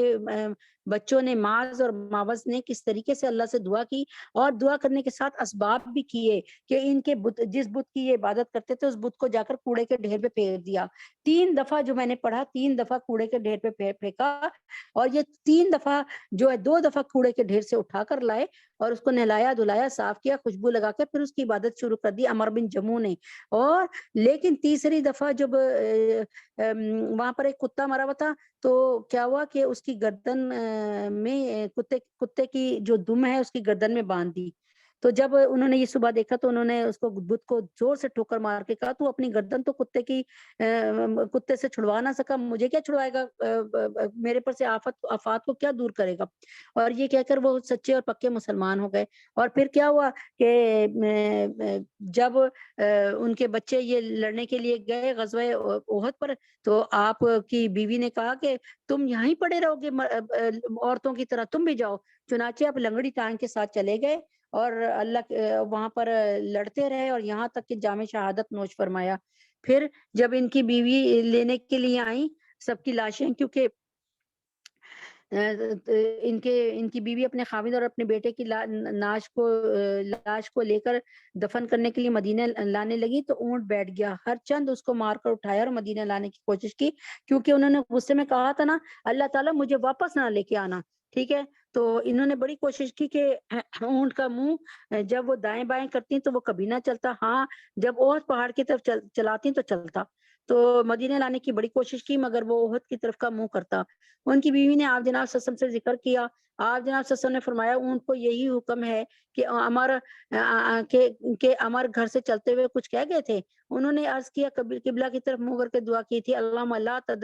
تردنی الی اہلی، آپ صلی اللہ علیہ وسلم نے فرمایا اس وجہ سے یہ اونٹ اس طرف نہیں جاتا، اللہ تبارک تعالیٰ یعنی مجھے اپنے اہل خانہ کی طرف مت لے کر آنا، مجھے اپنے گھر کی طرف واپس نہ لوٹانا، اللہ تبارک تعالیٰ کے ان حضرات کے خلوص اور دین سے عشق کا کوئی حصہ ہم کو بھی نصیب فرما دے۔ اور نبی پاک صلی اللہ علیہ وسلم فرماتے ہیں کہ میں لنگڑی ٹانگ سے چلتا ہوا جنت میں حضرت عمر بن جمو کو دیکھ رہا ہوں، جنت میں ان کو لنگڑی ٹانگ سے چلتا ہوا، یہ تو ظاہر ہے مطلب ایک شناخت کے طور پہ کہا، لیکن وہاں تو آپ کو پتا ہے کہ سب کے سب بالکل ٹھیک ٹھاک ہو جائیں گے انشاءاللہ۔ یہاں ایک بات یہ بھی قابل ذکر ہے کہ جہاد صرف صحابہ کرام رضوان اللہ تعالیٰ اجمعین پہ فرض نہ تھا، بلکہ اس کا وجوب، اس کی فرضیت، اس کا واجب ہونا اسلام میں ہمیشہ قائم رہے گا، اس لیے کہ اللہ کے نبی نے فرمایا الجہاد ماضٍ الی یوم القیامہ، جہاد قیامت کی صبح تک جاری رہے گا، اس لیے جذبہ جہاد سے کسی زمانے میں کسی مسلمان کا دامن خالی نہیں رہنا چاہیے۔ صحیح مسلم کی ایک حدیث ہے کہ حضرت ابو ہریرہ رضی اللہ تعالیٰ عنہ سے روایت ہے کہ آپ جناب صلی اللہ علیہ وسلم نے فرمایا جو شخص مر گیا اس نے اللہ کے راستے میں نہ کبھی جنگ کی اور نہ اس کے دل میں اس کا خطرہ گزرا، تو وہ اپنے ساتھ نفاق کا ایک شعبہ لے کر مرا۔ اللہ اکبر کبیرہ، یعنی آپ لوگ جہاد میں جانے کی اللہ سے دعا تو کر سکتے ہیں، اور شہادت کی موت مرنے کی، اللہم ارزقنا شہادتا فی سبیلک وجل موتی فی بلد رسولک، یہ دعا تھی حضرت عمر رضی اللہ تعالیٰ عنہ کی، جہاد میں شہید نہیں ہوئے وہ، ان کو فیروز لولو مجوسی نے پہلی محرم کو صبح فجر کے وقت جو میں نے پڑھا، اللہ مجھے کمی پیشی معاف کرے، 3 جگہ چاقو مارا اور ان کو جب دودھ پلایا گیا شہد ڈال کے تو وہ ان سینوں سوراخوں سے ان سوراخوں سے دودھ باہر آ گیا، اور اسی طرح انہوں نے 3 دن یا 4 دن اسی حالت میں رہے اور اس کے بعد جام شہادت نوش فرمایا۔ اس حدیث شریف میں حضرت مولانا بدر عالم صاحب رحم اللہ نے ترجمان السنہ میں لکھا ہے کہ آج قسم کے عہد مبارک میں غزوات ہی سے مومن مخلص اور منافق کے درمیان پورا امتیاز ہوا کرتا تھا، غزوے کے اندر دیکھ لیتے تھے کہ کون کس جان نثاری کے ساتھ لڑ رہا ہے، اور جو مومن تھا وہ تو پروانہ وار آتش جنگ میں کود پڑتے تھے، اور جو منافق تھے وہ دم چرا لیے جاتے تھے۔ در حقیقت ایک مومن کی شان یہی ہونی چاہیے کہ وہ اللہ اس کے رسول کی راہ میں اپنی جان قربان کرنے کے لیے بے چین اور بے قرار نظر آئے، اور یہی اس کا ثبوت ہو گیا کہ خدا اور رسول کی محبت اس کے قلب میں تمام محبتوں پر غالب ہو۔ اگر بالفرض کوئی ایسا نادر موقع اس کے ہاتھ نہ آئے تو کم از کم اس کی تمنا میں تو اس کا دل ہمیشہ رہنا چاہیے، اگر ایسا بھی نہیں تو یہ اس کی علامت ہوگی کہ اس کا دعوی ایمانی صرف زبانی ہے، اور قلب جو ہے اس کا دل جو ہے جذبات محبت سے یکسر خالی ہے، اور یہ بھی کہ ظاہر و باطن میں ایک قسم کا اختلاف ہے، ظاہر کچھ ہے اور باطن کچھ ہے، کہتے کچھ ہیں اور کرتے کچھ ہیں۔ اور یہ صرف کس کی ہے؟ یہ صرف کس کی ہے؟ اللہ تعالیٰ نے فرمایا ہے کہ اے اہل کتاب وہ بات تم کہتے کیوں ہو جو وہ بات تم کہتے کیوں ہو جو کرتے نہیں ہو. تو یہ کس کی؟ اہل کتاب یہودیوں کی علامت ہے کہ جو وہ کہتے تھے وہ کرتے نہیں تھے. بڑے بڑے بلند دعوے، نبی پاک صلی اللہ علیہ وسلم کے ساتھ دینے کے دعوے، اور اس پر انہوں نے ایک اسٹیٹمنٹ بھی تیار کر کے نبی پاک صلی اللہ علیہ وسلم کے ہاتھ میں پکڑا دیا. لیکن جب وقت آیا تو نبی پاک صلی اللہ علیہ وسلم کے پیٹھ میں چھرا گھونپنے سے ذرہ برابر بھی نہیں چوکے، ذرا سا بھی احساس نہیں کیا کہ یہ ہمارے نبیوں کے باپ کی اولاد ہے. اسی سے جہاں سے حضرت ابراہیم علیہ السلام کے بیٹے حضرت اسماعیل، اور اسماعیل سے ہمارے نبی پاک صلی اللہ علیہ وسلم پیدا ہوئے، وہیں سے حضرت ابراہیم علیہ السلام سے حضرت ابراہیم علیہ السلام کے بیٹے حضرت اسحاق، اور اسحاق سے حضرت یوسف، حضرت یونس، حضرت یعقوب، حضرت موسیٰ، حضرت عیسیٰ، یہ جتنے بھی نبیوں کی لائن ہے یہ وہیں سے پیدا ہوئی. تو چنانچہ ہمارے محمد صلی اللہ علیہ وسلم کے جو ہیں باپ مبارک وہی ہیں جو بنی اسرائیل کے نبیوں کے باپ مبارک ہے. یعنی ایک ہی اس سے پیدا ہوئے، ایک ہی مطلب نسل سے ہیں یہ. چنانچہ اس کے باوجود نبی اکرم صلی اللہ علیہ وسلم سے اس قدر بغض رکھنا، اتنا بغض رکھنا. آج بھی یہودی دیکھ لیں کس قدر بغض رکھتے ہیں. اور وہ اللہ تعالیٰ نے نبی اکرم صلی اللہ علیہ وسلم یہودیوں کے متعلق لکھا ہے کہ قرآن مجید میں لکھا ہے، شروع کے پاروں میں ہی ہے کہ اے محمد صلی اللہ علیہ وسلم، یعنی فرمایا کہ یہ آپ کو اس طرح جانتے اور پہچانتے ہیں جیسے باپ، یعنی جیسے والدین اپنے بچوں کو پہچانتے ہیں. تو اے محمد صلی اللہ علیہ وسلم یہ آپ کو بھی ایسے ہی پہچانتے ہیں. یعنی یہ یہودی آپ کو اچھی طرح جانتے ہیں، پہچانتے ہیں کہ آپ اب برحق نبی ہیں. آپ ہی وہ نبی ہیں جس کی قرآن، جس کی موسیٰ علیہ السلام کی کتاب میں جو ہے پیشن گوئی ہوئی ہے. لیکن کیا ہے، لیکن نبی پاک صلی اللہ علیہ وسلم سے بغض رکھنا اور یہ سوچنا کہ اگر نبی پاک صلی اللہ علیہ وسلم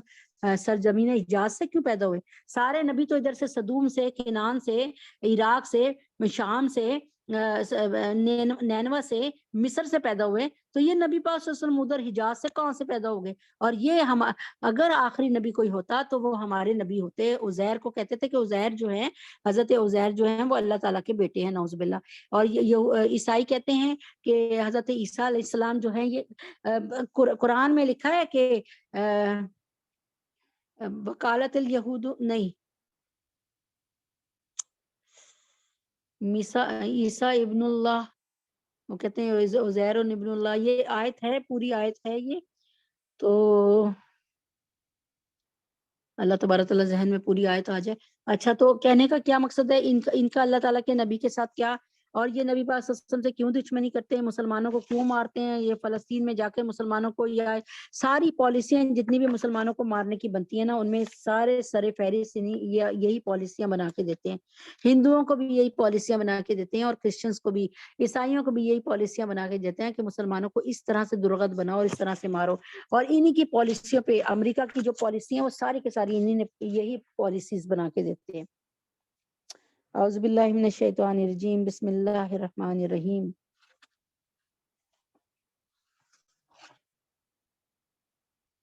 نبی اکرم صلی اللہ علیہ وسلم اپنی امت سے کس قدر شدید تعلق، نبی پاک صلی اللہ علیہ وسلم سے اپنی امت سے، اور نبی پاک صلی اللہ علیہ وسلم کا اپنی امت سے کس قدر شدید تعلق تھا، اس کا اندازہ نبی اکرم صلی اللہ علیہ وسلم کی امت کے ساتھ کی گئی وفا، امت کی خاطر برداشت کیے مصائب، تکالیف، اور امت کی خاطر دی گئی قربانیوں سے ہوتا ہے. ان وفا بھرے واقعات اور حالات میں سے کچھ حالات تو واقعات پڑھیے اور سوچئے کہ ہم اپنے با وفا نبی کے حقوق کی ادائیگی میں کس درجے پہ کھڑے ہیں. نبی پاک صلی اللہ علیہ وسلم نے فرمایا لقد اوذیت فی اللہ وما یوذی احد، اللہ کی راہ میں جتنا مجھے ستایا گیا ہے کسی اور کو نہیں ستایا گیا. احادیث مبارکہ میں ایسے بہت سے واقعات ملتے ہیں جن میں کفار کی طرف سے پیش آنے والی مشکلات اور مصائب کا ذکر آتا ہے. یہ لوگ آپ کی راہ میں کانٹے بچھانے، نماز پڑھتے وقت ہنسی اڑاتے، دروازے پر گندگی ڈال جاتے،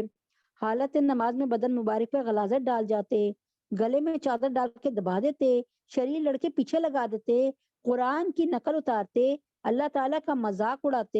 مذاق بناتے، غرض جسمانی، روحانی، لسانی ہر طرح کی تکلیف پہنچاتے تھے. جب چاہتے تھے نبی پاک صلی اللہ علیہ وسلم کو جسمانی تکلیف دیتے تھے، روحانی تکلیف دیتے تھے اور زبان سے برا بھلا کہتے تھے، لیکن نبی رحمت کے پائے استقلال میں فرق نہ آتا اور آپ اللہ کی بندوں تک اللہ کا پیغام پہنچانے میں کوئی بھی کسر نہ چھوڑتے۔ ان وفاؤں بھرے واقعات میں چند واقعات آپ بھی سنیے اور پھر باوفا ہستی سے وفا کا عزم کر لیجئے۔ حضرت طارق المحاربی رضی اللہ تعالیٰ عنہ سے مروی ہے کہ میں نے رسول پاک صلی اللہ علیہ وسلم کو ذی المجاز کے بازار میں دیکھا، آپ یہ فرماتے جاتے اے لوگوں لا الہ الا اللہ کہو، یہ حدیث ہے نا کہ قولوا لا الہ الا اللہ تفلحوا، کہہ دو لا الہ تم کامیاب ہو جاؤ گے۔ تو یہ اللہ تعالیٰ کے نبی اکرم صلی اللہ علیہ وسلم ایسی فکر رکھتے تھے کہ بازاروں میں نکلتے تھے اور کہتے تھے ذی المجاز کے بازار میں دیکھا کہ آپ یہ فرماتے تھے اے لوگوں لا الہ الا اللہ کہو فلا پا جاؤ گے، اور ایک شخص آپ کے پیچھے پیچھے پتھر مارتا جاتا تھا آپ کو، جس سے آپ کا جسم مبارک خون آلود ہو گیا، اور وہ شخص ساتھ ساتھ یہ بھی نبی پاک صلی اللہ علیہ وسلم کو بھی پتھر مارتا جاتا اور ساتھ ساتھ کہتا جاتا یا ایت الناس لا تطیعوہ فإنہ کذاب، اے لوگوں ان کی بات نہ سننا، یہ جھوٹا ہے۔ نعوذ باللہ۔ راوی کہتے ہیں میں نے کہا یہ مظلوم کون ہے؟ تو لوگوں نے بتایا کہ یہ عبد المطلب کی قوم کا ایک جوان ہے۔ میں نے پوچھا یہ ظالم کون ہے جس کا پیچھا کر کے ان کو پتھر مار رہا ہے؟ لوگوں نے بتایا ان کے چچا عبد العزیٰ یعنی ابو لہب ہے۔ مصنف ابن ابی شیبہ کی یہ حدیث ہے جو میں نے آپ کو سنائی ہے۔ غیر کی نسبت اپنوں کی طرف سے ملنے والی ایذاؤں پر تکلیفوں پر زیادہ دکھ ہوتا ہے، اپنوں کے نشتر قلب و جسم دونوں کو تکلیف دیتے ہیں۔ نبی رحمت صلی اللہ علیہ وسلم کی وفاؤں پر قربان کے امت کی خاطر غیروں کے ساتھ ساتھ آپ صلی اللہ علیہ وسلم اپنوں کے بھی ظلم و ستم برداشت کرتے رہے، غیروں کے ساتھ ساتھ اپنوں کی تکالیف کو بھی برداشت کرنے کی دوہری اذیت اٹھا کر ہمارے نبی پاک صلی اللہ علیہ وسلم نے کس قربانی اور مشقت سے دین ہم تک پہنچایا اور کس اعلیٰ درجے میں امت کا حق ادا کیا۔ کیا ان وفاؤں کا کوئی بدل ہے؟ کیا ان وفاؤں کا بدل بے وفائی ہے؟ کیا ان قربانیوں کا صلہ دین سے بیزاری ہے؟ رحمت دو عالم نے تو ہماری خاطر اپنے خاندان کو چھوڑ دیا۔ ہم ذرا اپنا محاسبہ کریں اور اپنی طرف دیکھیں تو صحیح کہ ہم نے ان کے لیے کیا کیا کیا۔ حضرت عروہ بن الزبیر رضی اللہ تعالیٰ عنہ فرماتے ہیں کہ میں نے ایک بار حضرت عبداللہ بن عمر بن العاص رضی اللہ تعالیٰ عنہ سے کہا کہ مشرکین نے آپ جناب صلی اللہ علیہ وسلم کو جو تکلیفیں پہنچائی ہیں اس کا ذرا ذکر تو کریں۔ تو حضرت عبداللہ بن عمر بن العاص رضی اللہ عنہ نے فرمایا کہ ایک روز رسول پاک صلی اللہ علیہ وسلم نماز ادا فرما رہے تھے کہ عقبہ بن ابی معیط، یہی ان کا پڑوسی بھی تھا جو گندگی پھینکتا تھا، عقبہ بن ابی معیط نے آپ کی گردن میں کپڑا ڈال کر اس زور سے کھینچا کہ گلا گھٹنے لگا۔ سامنے سے ابو بکر صدیق رضی اللہ عنہ آ گئے اور عقبہ کو ایک دھکا دیا اور یہ آیت پڑھی اتقتلون رجلا ان یقول ربی اللہ وقد جاءکم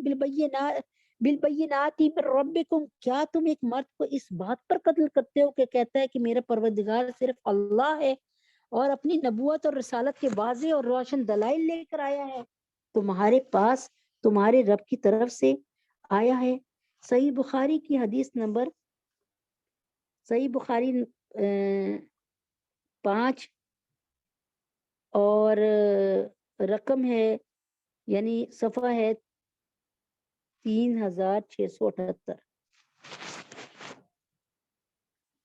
ایک روایت میں ہے فَكُفُّوا عَن رسول اللہ وَأَقْبَلُوا عَلَى ابی بکر یضربون، کفار نے حضور پاک صلی اللہ علیہ وسلم کو تو چھوڑ دیا، جانے دیا، اور حضرت ابو بکر صدیق پر پل پڑے اور آپ کو مارنا شروع ہو گئے۔ مسند ابی یعلا اور مسند بازار میں حضرت انس رضی اللہ عنہ سے صحیح سند کے ساتھ مروی ہے کہ ایک دفعہ قریش نے آپ صلی اللہ علیہ وسلم کو اس قدر مارا، اتنا مارا کہ آپ صلی اللہ علیہ وسلم بے ہوش ہو گئے۔ حضرت ابو بکر صدیق رضی اللہ عنہ حمایت کے لیے آئے تو کفار آپ صلی اللہ علیہ وسلم کو چھوڑ کر حضرت ابو بکر صدیق رضی اللہ عنہ کو لپٹ گئے۔ حضرت اسماء بنت ابی بکر رضی اللہ عنہ جو کہ ان کی بیٹی ہیں فرماتی ہیں کہ میرے والد محترم حضرت ابو بکر صدیق رضی اللہ عنہ کو اس قدر مارا کہ تمام سر زخمی ہو گیا۔ حضرت ابو بکر صدیق رضی اللہ عنہ زخموں کی شدت کی وجہ سے سر کو ہاتھ نہ لگا سکتے تھے اور وہاں سے سر کے بال بھی جو ہیں وہ وہاں سے سر کے بال بھی اتر گئے۔ آغاز اسلام میں رحمت دو عالم صلی اللہ علیہ وسلم کو تو ستایا ہی جاتا تھا، آپ صلی اللہ علیہ وسلم پر تو ظلم و ستم کیا ہی جاتا تھا، لیکن جو آپ صلی اللہ علیہ وسلم کی دعوت حق پر لبیک کہہ دے انہیں بھی طرح طرح کے مظالم کا سامنا کرنا پڑتا، بالخصوص جو حضرات قبول اسلام کے بعد دین کی مدد میں آپ صلی اللہ علیہ وسلم کا ساتھ دیتے،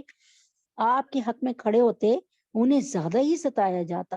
لیکن جیسے آپ صلی اللہ علیہ وسلم نے امت کی خاطر سب مظالم برداشت کیے، ایسے ہی آپ صلی اللہ علیہ وسلم کی جانثاروں نے بھی بے مثال وفا کی۔ اللہ ان وفاؤں کے بدلے میں ہمیں بھی وفا کرنے اور حق کے غلامی ادا کرنے کی توفیق نصیب فرما دے۔ حضرت عبداللہ بن مسعود رضی اللہ تعالیٰ عنہ سے مروی ہے کہ آپ جناب صلی اللہ علیہ وسلم نے ایک دفعہ حرم میں نماز پڑھ رہے تھے، آپ جناب صلی اللہ علیہ وسلم ایک دفعہ حرم میں نماز پڑھ رہے تھے اور ابو جہل اس کے احباب بھی وہاں موجود تھے۔ ابو جہل نے کہا کوئی ایسا نہیں جو فلاں اونٹ کی اوجڑی اٹھا لائے تاکہ محمد صلی اللہ علیہ وسلم جب سجدے میں جائیں تو وہ اوجڑی آپ صلی اللہ علیہ وسلم کی پشت پر رکھ دی جائے۔ اس وقت قوم میں جو سب سے زیادہ شقی تھا، جو بدبخت تھا، یعنی عقبہ بن ابی معیط، وہ اٹھا اور ایک اوجڑی اٹھا کر آپ کی پشت پر ڈال دی۔ مشرکین ایک دوسرے کو دیکھ کر ہنسنے لگے اور ہنسی کے مارے ایک دوسرے پہ گرے جاتے تھے۔ اتنے میں اما فاطمہ رضی اللہ عنہا آئیں، جو اس وقت 4 یا 5 سال کی تھی، دوڑتی بھی آئیں اور آپ سے اوجڑی کو ہٹا دیا۔ صحیح بخاری نمبر 110 اور رقم جو ہے 520 روایت میں ہے کہ حضرت فاطمہ رضی اللہ عنہ نے روتے ہوئے اس اوجڑی کو ہٹایا اور کفار کو بددعائیں دی۔ کفار کی طرف سے رحمت دو عالم صلی اللہ علیہ وسلم کو پہنچائی جانے والی تکالیف برسر عام ہوتی تھیں، جن کو آپ صلی اللہ علیہ وسلم برداشت فرماتے تھے، بلکہ آپ صلی اللہ علیہ وسلم کی بیٹیوں کو بھی والد محترم اور مکرم پر ہونے والے ظلم و ستم کے غم برداشت کرنے پڑتے تھے۔ جیسے باپ کو اپنی تکلیف سے زیادہ بیٹی کی تکلیف دکھ دیتی ہے، ایسی بیٹی کو اپنی تکلیف کی نسبت باپ کی تکلیف زیادہ رنج کا سبب بنتی ہے۔ قربان جائیں اس گھرانے پر جس کے ہر فرد نے امت کے لیے غموں، دکھوں اور تکلیفوں کے پہاڑ اپنے سر لے لیے۔ حضرت اما عائشہ صدیقہ رضی اللہ تعالیٰ عنہا سے مروی ہے کہ رسول پاک صلی اللہ علیہ وسلم نے فرمایا میں دو بدترین پڑوسیوں کے مابین رہتا تھا، ابو لہب اور عقبہ بن ابی معیط، یہ دونوں میرے دروازے پر نجاستیں لا لا کر ڈالا کرتے تھے۔ ابو لہب، عقبہ بن ابی معیط۔ سوچ لیں، پھر ایک لمحہ فکریہ آپ کو بھی دے رہی ہوں، سوچنے کے لیے ایک چیز آپ کو بھی دے رہی ہوں۔ یہ دنیا دار العمل تھی، اس میں صحابہ نے اپنے آپ کو نثار کر دیا۔ خدا کی قسم فنا ہو کر بھی وہ فنا فی اللہ ہو گئے، اور آج فنا ہو کر بھی وہ زندہ ہو گئے۔ آج ان کے تذکرے کتنی اچھی زبان میں پیش کیے جاتے ہیں۔ آج لوگ ابو بکر نام رکھ کے اپنے بیٹے کا خوش ہوتے ہیں، آج عمر کہہ کر اپنے بیٹے کو بلا کر خوش ہوتے ہیں، آج عثمان اور علی کا نام جو ہے وہ آپ کو گھر گھر میں سننے کو ملے گا۔ لیکن میری پیاری بہنوں، وہ زندہ ہو گئے۔ آپ میں سے کسی نے عقبہ بن ابی معیط کا نام رکھا اپنے بچے کا؟ آپ میں سے کسی نے ابو لہب یا ابو جہل اپنے بچے کا نام رکھا؟ اس لیے کہ آپ کو پتا ہے کہ یہ انتہائی بدبخت انسان تھے۔ زندگی ان کو بھی ملی، وقت ان کو بھی ملا، انہوں نے نبی اکرم صلی اللہ علیہ وسلم کی اور اللہ تعالیٰ کی جو ہے نافرمانیوں میں گزار دیا اس وقت کو، اور حتی زرتم المقابر، یہاں تک کہ قبروں کی زیارت کر لی۔ تو بات سمجھانے کا وقت یہ ہے کہ اٹھو میری بہنوں، ابھی وقت ہے اٹھنے کا۔ اما عائشہ صدیقہ رضی اللہ تعالیٰ عنہا، اچھا ایک روایت میں کہ آپ فرماتے اے بنی عبد مناف، یہ کیا ہمسائیگی ہے؟ پھر آپ خود اس گندگی کو راستے سے ہٹا دیتے تھے، کیونکہ ایک ہی خاندان سے تعلق رکھتے تھے نا، یعنی ساتھ ہی ساتھ رہتے تھے، تو فرماتے تھے ان کو کہتے تھے، ان کے باپ دادوں کے نام سے یاد کر کے کہتے تھے اے بنی عبد مناف، یہ کیا ہمسائیگی ہے کہ آپ میرے راستے میں یعنی اور گندگی بکھیرتے ہیں، اور پھر خود ہی اس گندگی کو راستے سے ہٹا دیتے۔ رحمت دو عالم صلی اللہ علیہ وسلم کی مکہ مکرمہ کی زندگی ایسے ہی سخت دشمنوں کے درمیان گزری۔ یہ کم ظرف، بدبخت، گندے اخلاق اور گھٹیا سوچ کے حامل لوگ رحمت دو عالم صلی اللہ علیہ وسلم کو جسمانی عزتوں کے ساتھ ساتھ مستقل ایسی گھٹیا حرکتوں سے بھی تکلیف دیا کرتے تھے، لیکن نبی اکرم صلی اللہ علیہ وسلم کا اپنی امت سے ایسی خیر خواہی اور وفا کا تعلق تھا کہ جس کی وجہ سے آپ صلی اللہ علیہ وسلم نے امت تک دین پہنچانے کے لیے کسی طرح کی تکلیف کو رکاوٹ نہ بننے دیا، اور ان بدترین دشمنوں میں رہ کر بھی امت تک دعوت حق پہنچاتے رہے۔ اب آپ کے ذمہ کیا ہے؟ نبی اکرم صلی اللہ علیہ وسلم سے وفا کرنا، بلیغوا انی ولو آیا، نبی پاک صلی اللہ علیہ وسلم کے لائی ہوئی شریعت کو گھر گھر پہنچانا، اور پھر یہ کہ جیسے حضرت ابو بکر صدیق رضی اللہ عنہ نے اور صحابہ نے تمام جھوٹے نبیوں کو، جو چار جھوٹے نبی تھے، ان کا قلع قمع کیا، آپ کے ذمہ بھی اس جھوٹے نبی کا، یعنی مسیلمہ پنجاب، وہ تو مسیلمہ کذاب تھے نا، کذاب تھا نا، یمامہ کی جنگ میں جس کا صدباب ہوا، جس کا قتل ہوا، جس کو ہلاک کیا گیا، ہم ابھی بھی مسیلمہ پنجاب کے جو ہے اس میں گرداب میں پھنسے ہوئے ہیں۔ حضرت عبداللہ بن مسعود رضی اللہ عنہ فرماتے کہ میں ایک مرتبہ آپ جناب صلی اللہ علیہ وسلم کی خدمت میں حاضر ہوا تو آپ صلی اللہ علیہ وسلم ایک بوریے پہ آرام فرما رہے تھے، جس کے نشانات آپ جناب صلی اللہ علیہ وسلم کے جسم اقدس یعنی بدن اطہر پر ظاہر ہو رہے تھے۔ میں یہ دیکھ کر رونے لگا۔ آپ جناب صلی اللہ علیہ وسلم نے فرمایا، بات ہے کیا بات ہے، کیوں رو رہے ہو؟ میں نے عرض کیا، یا رسول اللہ، یہ کیسر و کثرت و ریشم اور مخمل کے گدوں پر سوئیں؟ یعنی یہ روم کا بادشاہ اور ایران کا بادشاہ تو ریشم اور مخمل کے قدوں پہ سوئیں، اور آپ صلی اللہ علیہ وسلم اس بوری پہ سوئیں؟ اور رسول وسلم نے فرمایا، رونے کی بات نہیں ہے، ان کے لیے دنیا اور ہمارے لیے آخرت ہے۔ صحیح مسلم کی حدیث ہے۔ تو کفار کا دن بھر ستاتے رہنا۔ حضرت منیب غامدی رضی اللہ تعالیٰ عنہ سے مروی ہے کہ میں نے رسول پاک صلی اللہ علیہ وسلم کو دیکھا،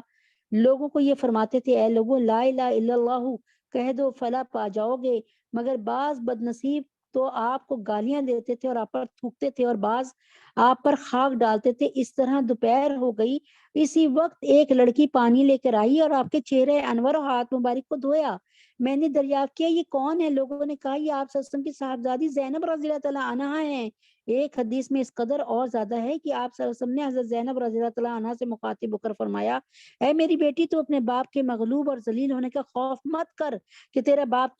تو یہ نہ سوچے کہ تیرا باپ مغلوب اور ذلیل ہو گیا، نہیں، یعنی بالآخر تیرے والد کا دین غالب آ جائے گا۔ میری پیاری بہنوں، حضرت عثمان بن عفان رضی اللہ تعالیٰ عنہ سے مروی ہے کہ ایک بار میں نے نبی اکرم صلی اللہ علیہ وسلم کو بیت اللہ کا طواف کرتے دیکھا۔ آپ طواف فرما رہے تھے، آپ طواف کرتے جا رہے تھے اور ساتھ ساتھ فرما رہے تھے، عقبہ بن ابی معیط، سن لیں، عقبہ بن ابی معیط، ابو جہل، امیہ بن خلف حتیم میں بیٹھے ہوئے تھے۔ جب آپ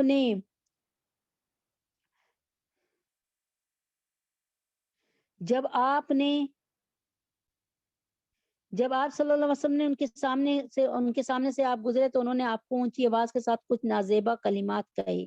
آپ دوسری بار ادھر سے گزرے، انہوں نے تب بھی ایسے ہی کیا۔ جب آپ تیسری بار گزرے پھر اس قسم کے بےہودہ کلمات کہے تو آپ کا چہرہ مبارک متغیر ہو گیا اور ٹھہر گئے، اور یہ فرمایا، خدا کی قسم تم باز نہ آؤ گے یہاں تک کہ تم پر اللہ کا عذاب جلد نازل ہو۔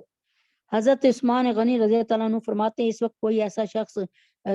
کوئی شخص ایسا نہ تھا جو کانپ نہ رہو۔ آپ صلی اللہ علیہ وسلم یہ فرما کر گھر کی طرف روانہ ہو گئے۔ جب آپ صلی اللہ علیہ وسلم نے کوہ صفا پر چڑھ کر اپنے اقربا کو دعوت اسلام دی، اللہ تعالیٰ کے کہنے پہ کہ وانذر عشیرتک الاقربین، اے محمد صلی اللہ علیہ وسلم اپنے رشتہ داروں کو اب تو ڈرائیے، اب ان کو بتائیے ایک اللہ کی طرف لے کر آئیے، بت پرستی سے ان کو بتائیے کہ بت پرستی کس قدر بری چیز ہے، اور قیامت کے دن سے ان کو ڈرائیے، اللہ کے قہر سے ان کو ڈرائیے۔ تو جب آپ نے کوہ صفا پر چڑھ کر اپنے اقربا کو دعوت اسلام دی تو ابو لہب نے آپ کی شان میں سخت الفاظ کہے، اور سورہ تبت یدا ابی لہب جو ہے نازل ہوئی۔ ابو لہب نے کہا، تبا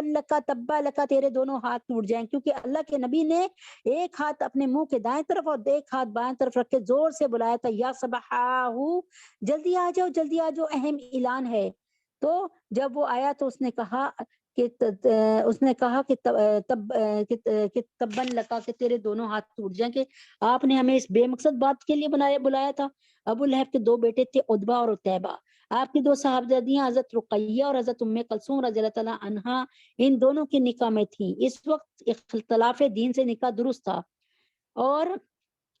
ابو لہب نے بیٹوں کو کہا کہ تم ان کی بیٹیوں کو طلاق نہ دو گے تو تم سے تعلق نہ رکھوں گا۔ ان دونوں نے اس کے کہنے پر عمل کیا اور آپ جناب صلی اللہ علیہ وسلم کی صاحبزادیوں کو طلاق دے دی۔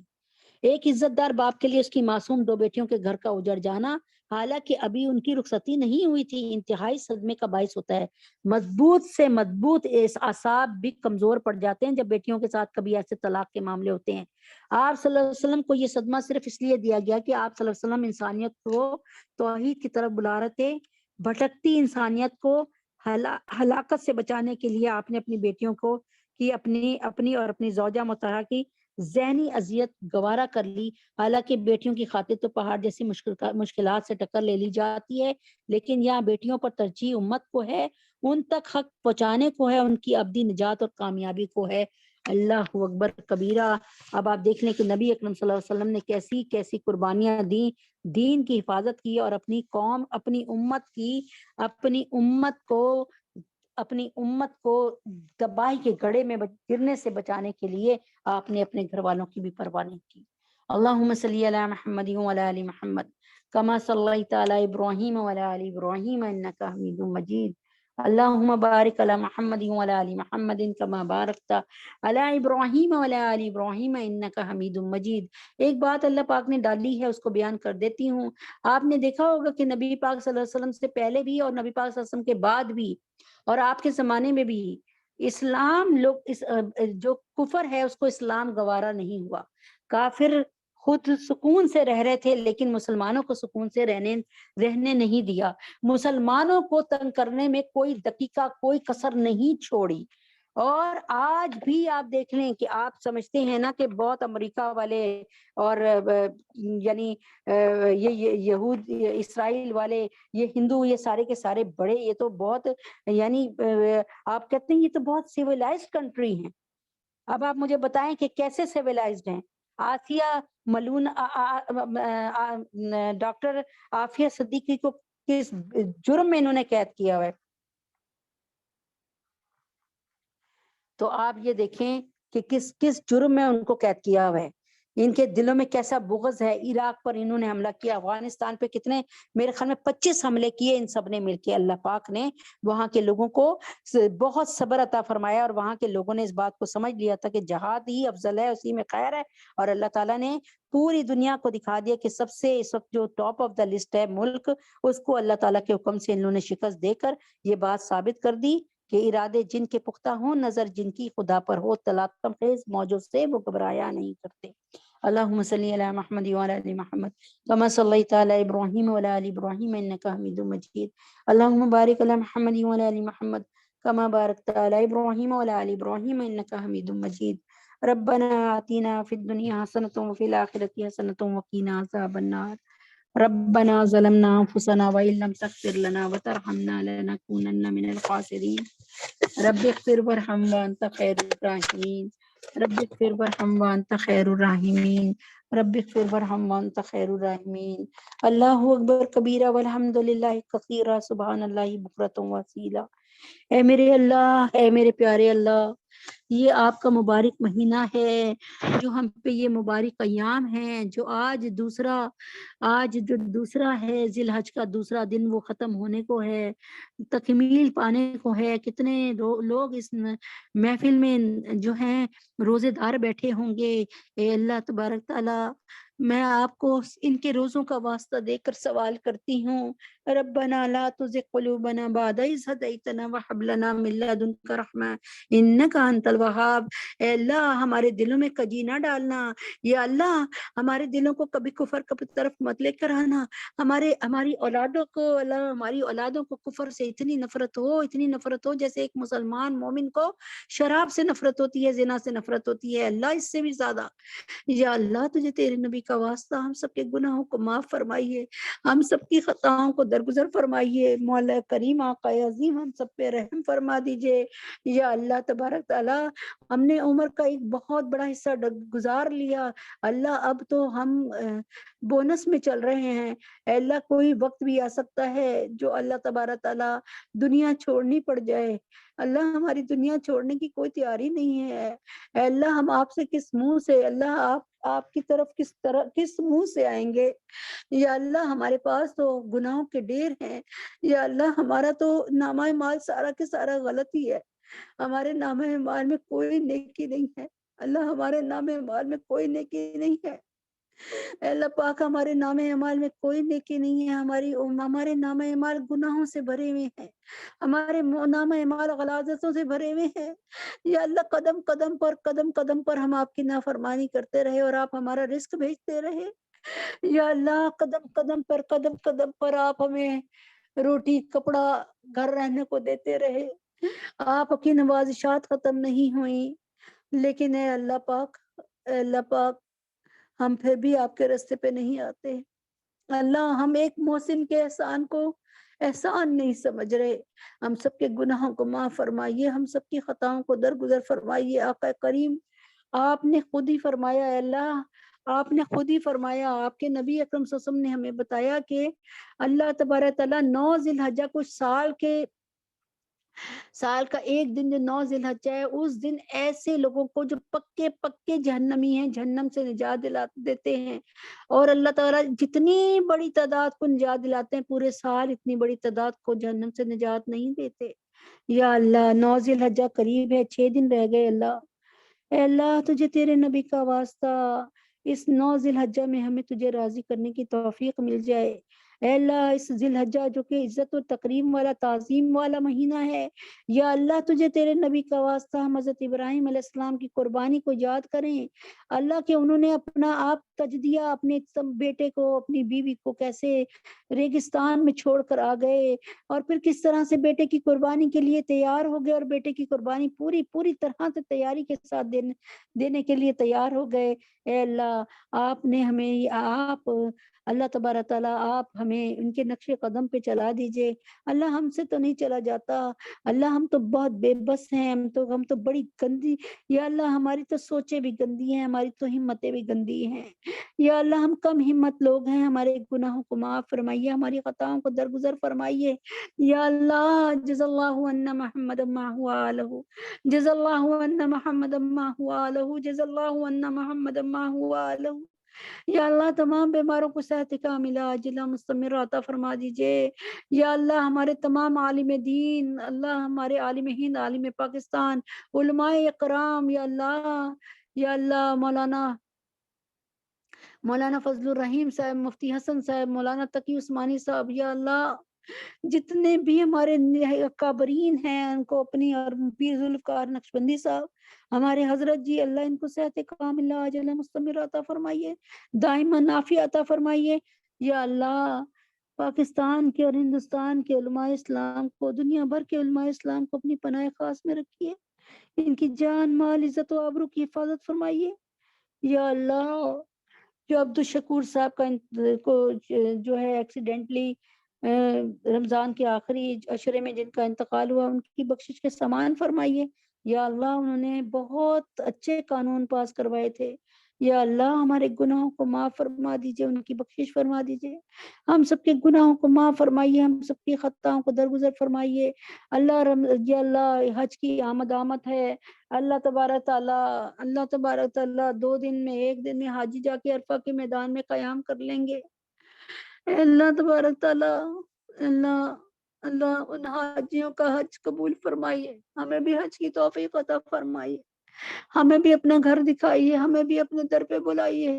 یا اللہ لبیک اللہم لبیک، لبیک لا شریک لک لبیک، ان الحمد والنعمت لک والملک لا شریک لک۔ ہمیں بھی بتائیے، ہمیں بھی بلائیے،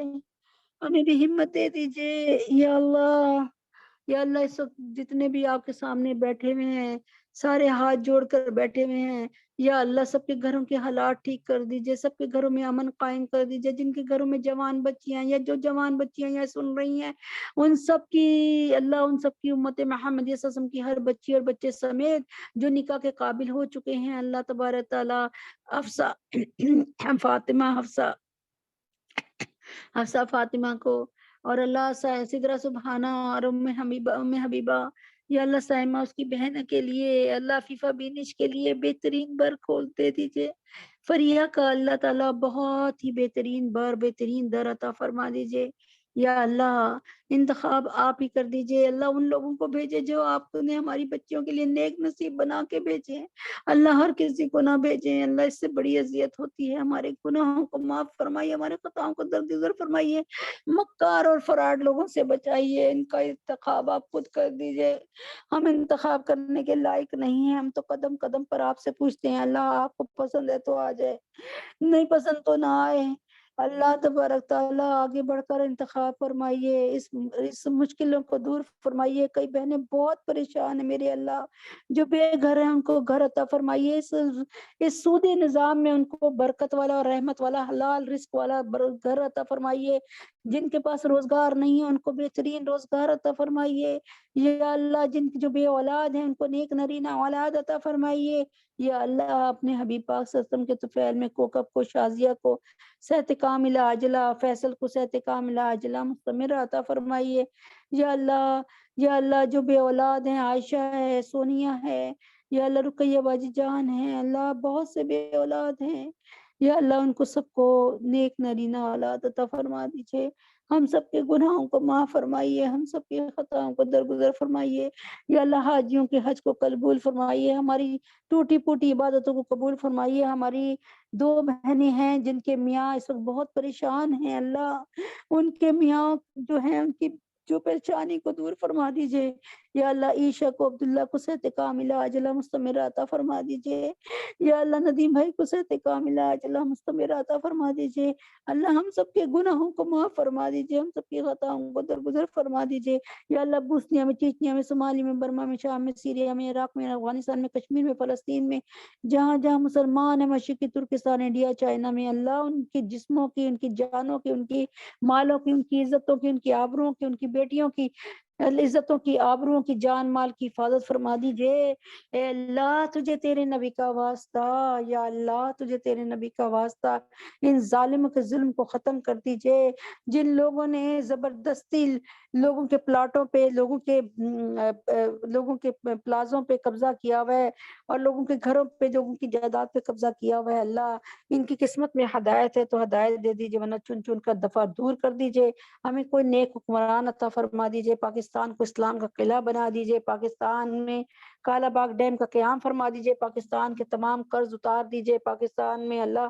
تجھے تیرے نبی کا واسطہ ایمان کی نعمت کے ساتھ تمام نعمتوں کو جاری ساری کر دیجئے، یا اللہ مہنگائی کو اور بے حیائی کو ہمیشہ کے لیے ختم کر دیجئے، یا اللہ پاکستان میں پیٹرول کو اللہ اور بجلی کو بہت سستا کر دیجئے، یا اللہ لوگ بہت پریشان ہیں، لوگوں کا تعلق اپنے سے جوڑ دیجئے، یا اللہ لوگ سمجھتے ہیں کہ کوئی فلاں حکمران آئے گا تو ہمارے حالات ٹھیک ہو جائیں گے، یا اللہ تبدیلی تو صرف آپ کے پاس سے ہی آتی ہے، یا اللہ تبدیلی، اللہ لوگ بے وقوف بنتے ہیں، لوگوں کو بے وقوف بناتے ہیں لوگ، یا اللہ تبدیلی تو تبھی آئے گی جب آپ لائیں گے، تو اللہ تعالیٰ تبدیلی تبھی آئے گی، اللہ تعالیٰ خدا نے آج تک اس قوم کی حالت نہیں بدلی، یہ حدیث پاک ہے، نہ ہو جس کو خیال خود اپنی حالت کے بدلنے کا، اللہ مسلمانوں کو یہ سو رہے ہیں ان کو جگا دیجئے، ان کو ہدایت دیجئے، ان کو اللہ تبارک تعالیٰ صحیح رخ پر کر دیجئے، ان کو عبادت گزار بنائیے، نیک بنائیے، ان کو شراب اور زنا سے بچائیے، وصلی اللہ تعالی علی خیر خلقہ محمد وعلی آلہ وصحبہ اجمعین برحمتک یا ارحم الراحمین، سبحان ربک رب العزت عما یصفون وسلام علی المرسلین والحمد للہ رب العالمین، السلام علیکم ورحمۃ اللہ وبرکاتہ۔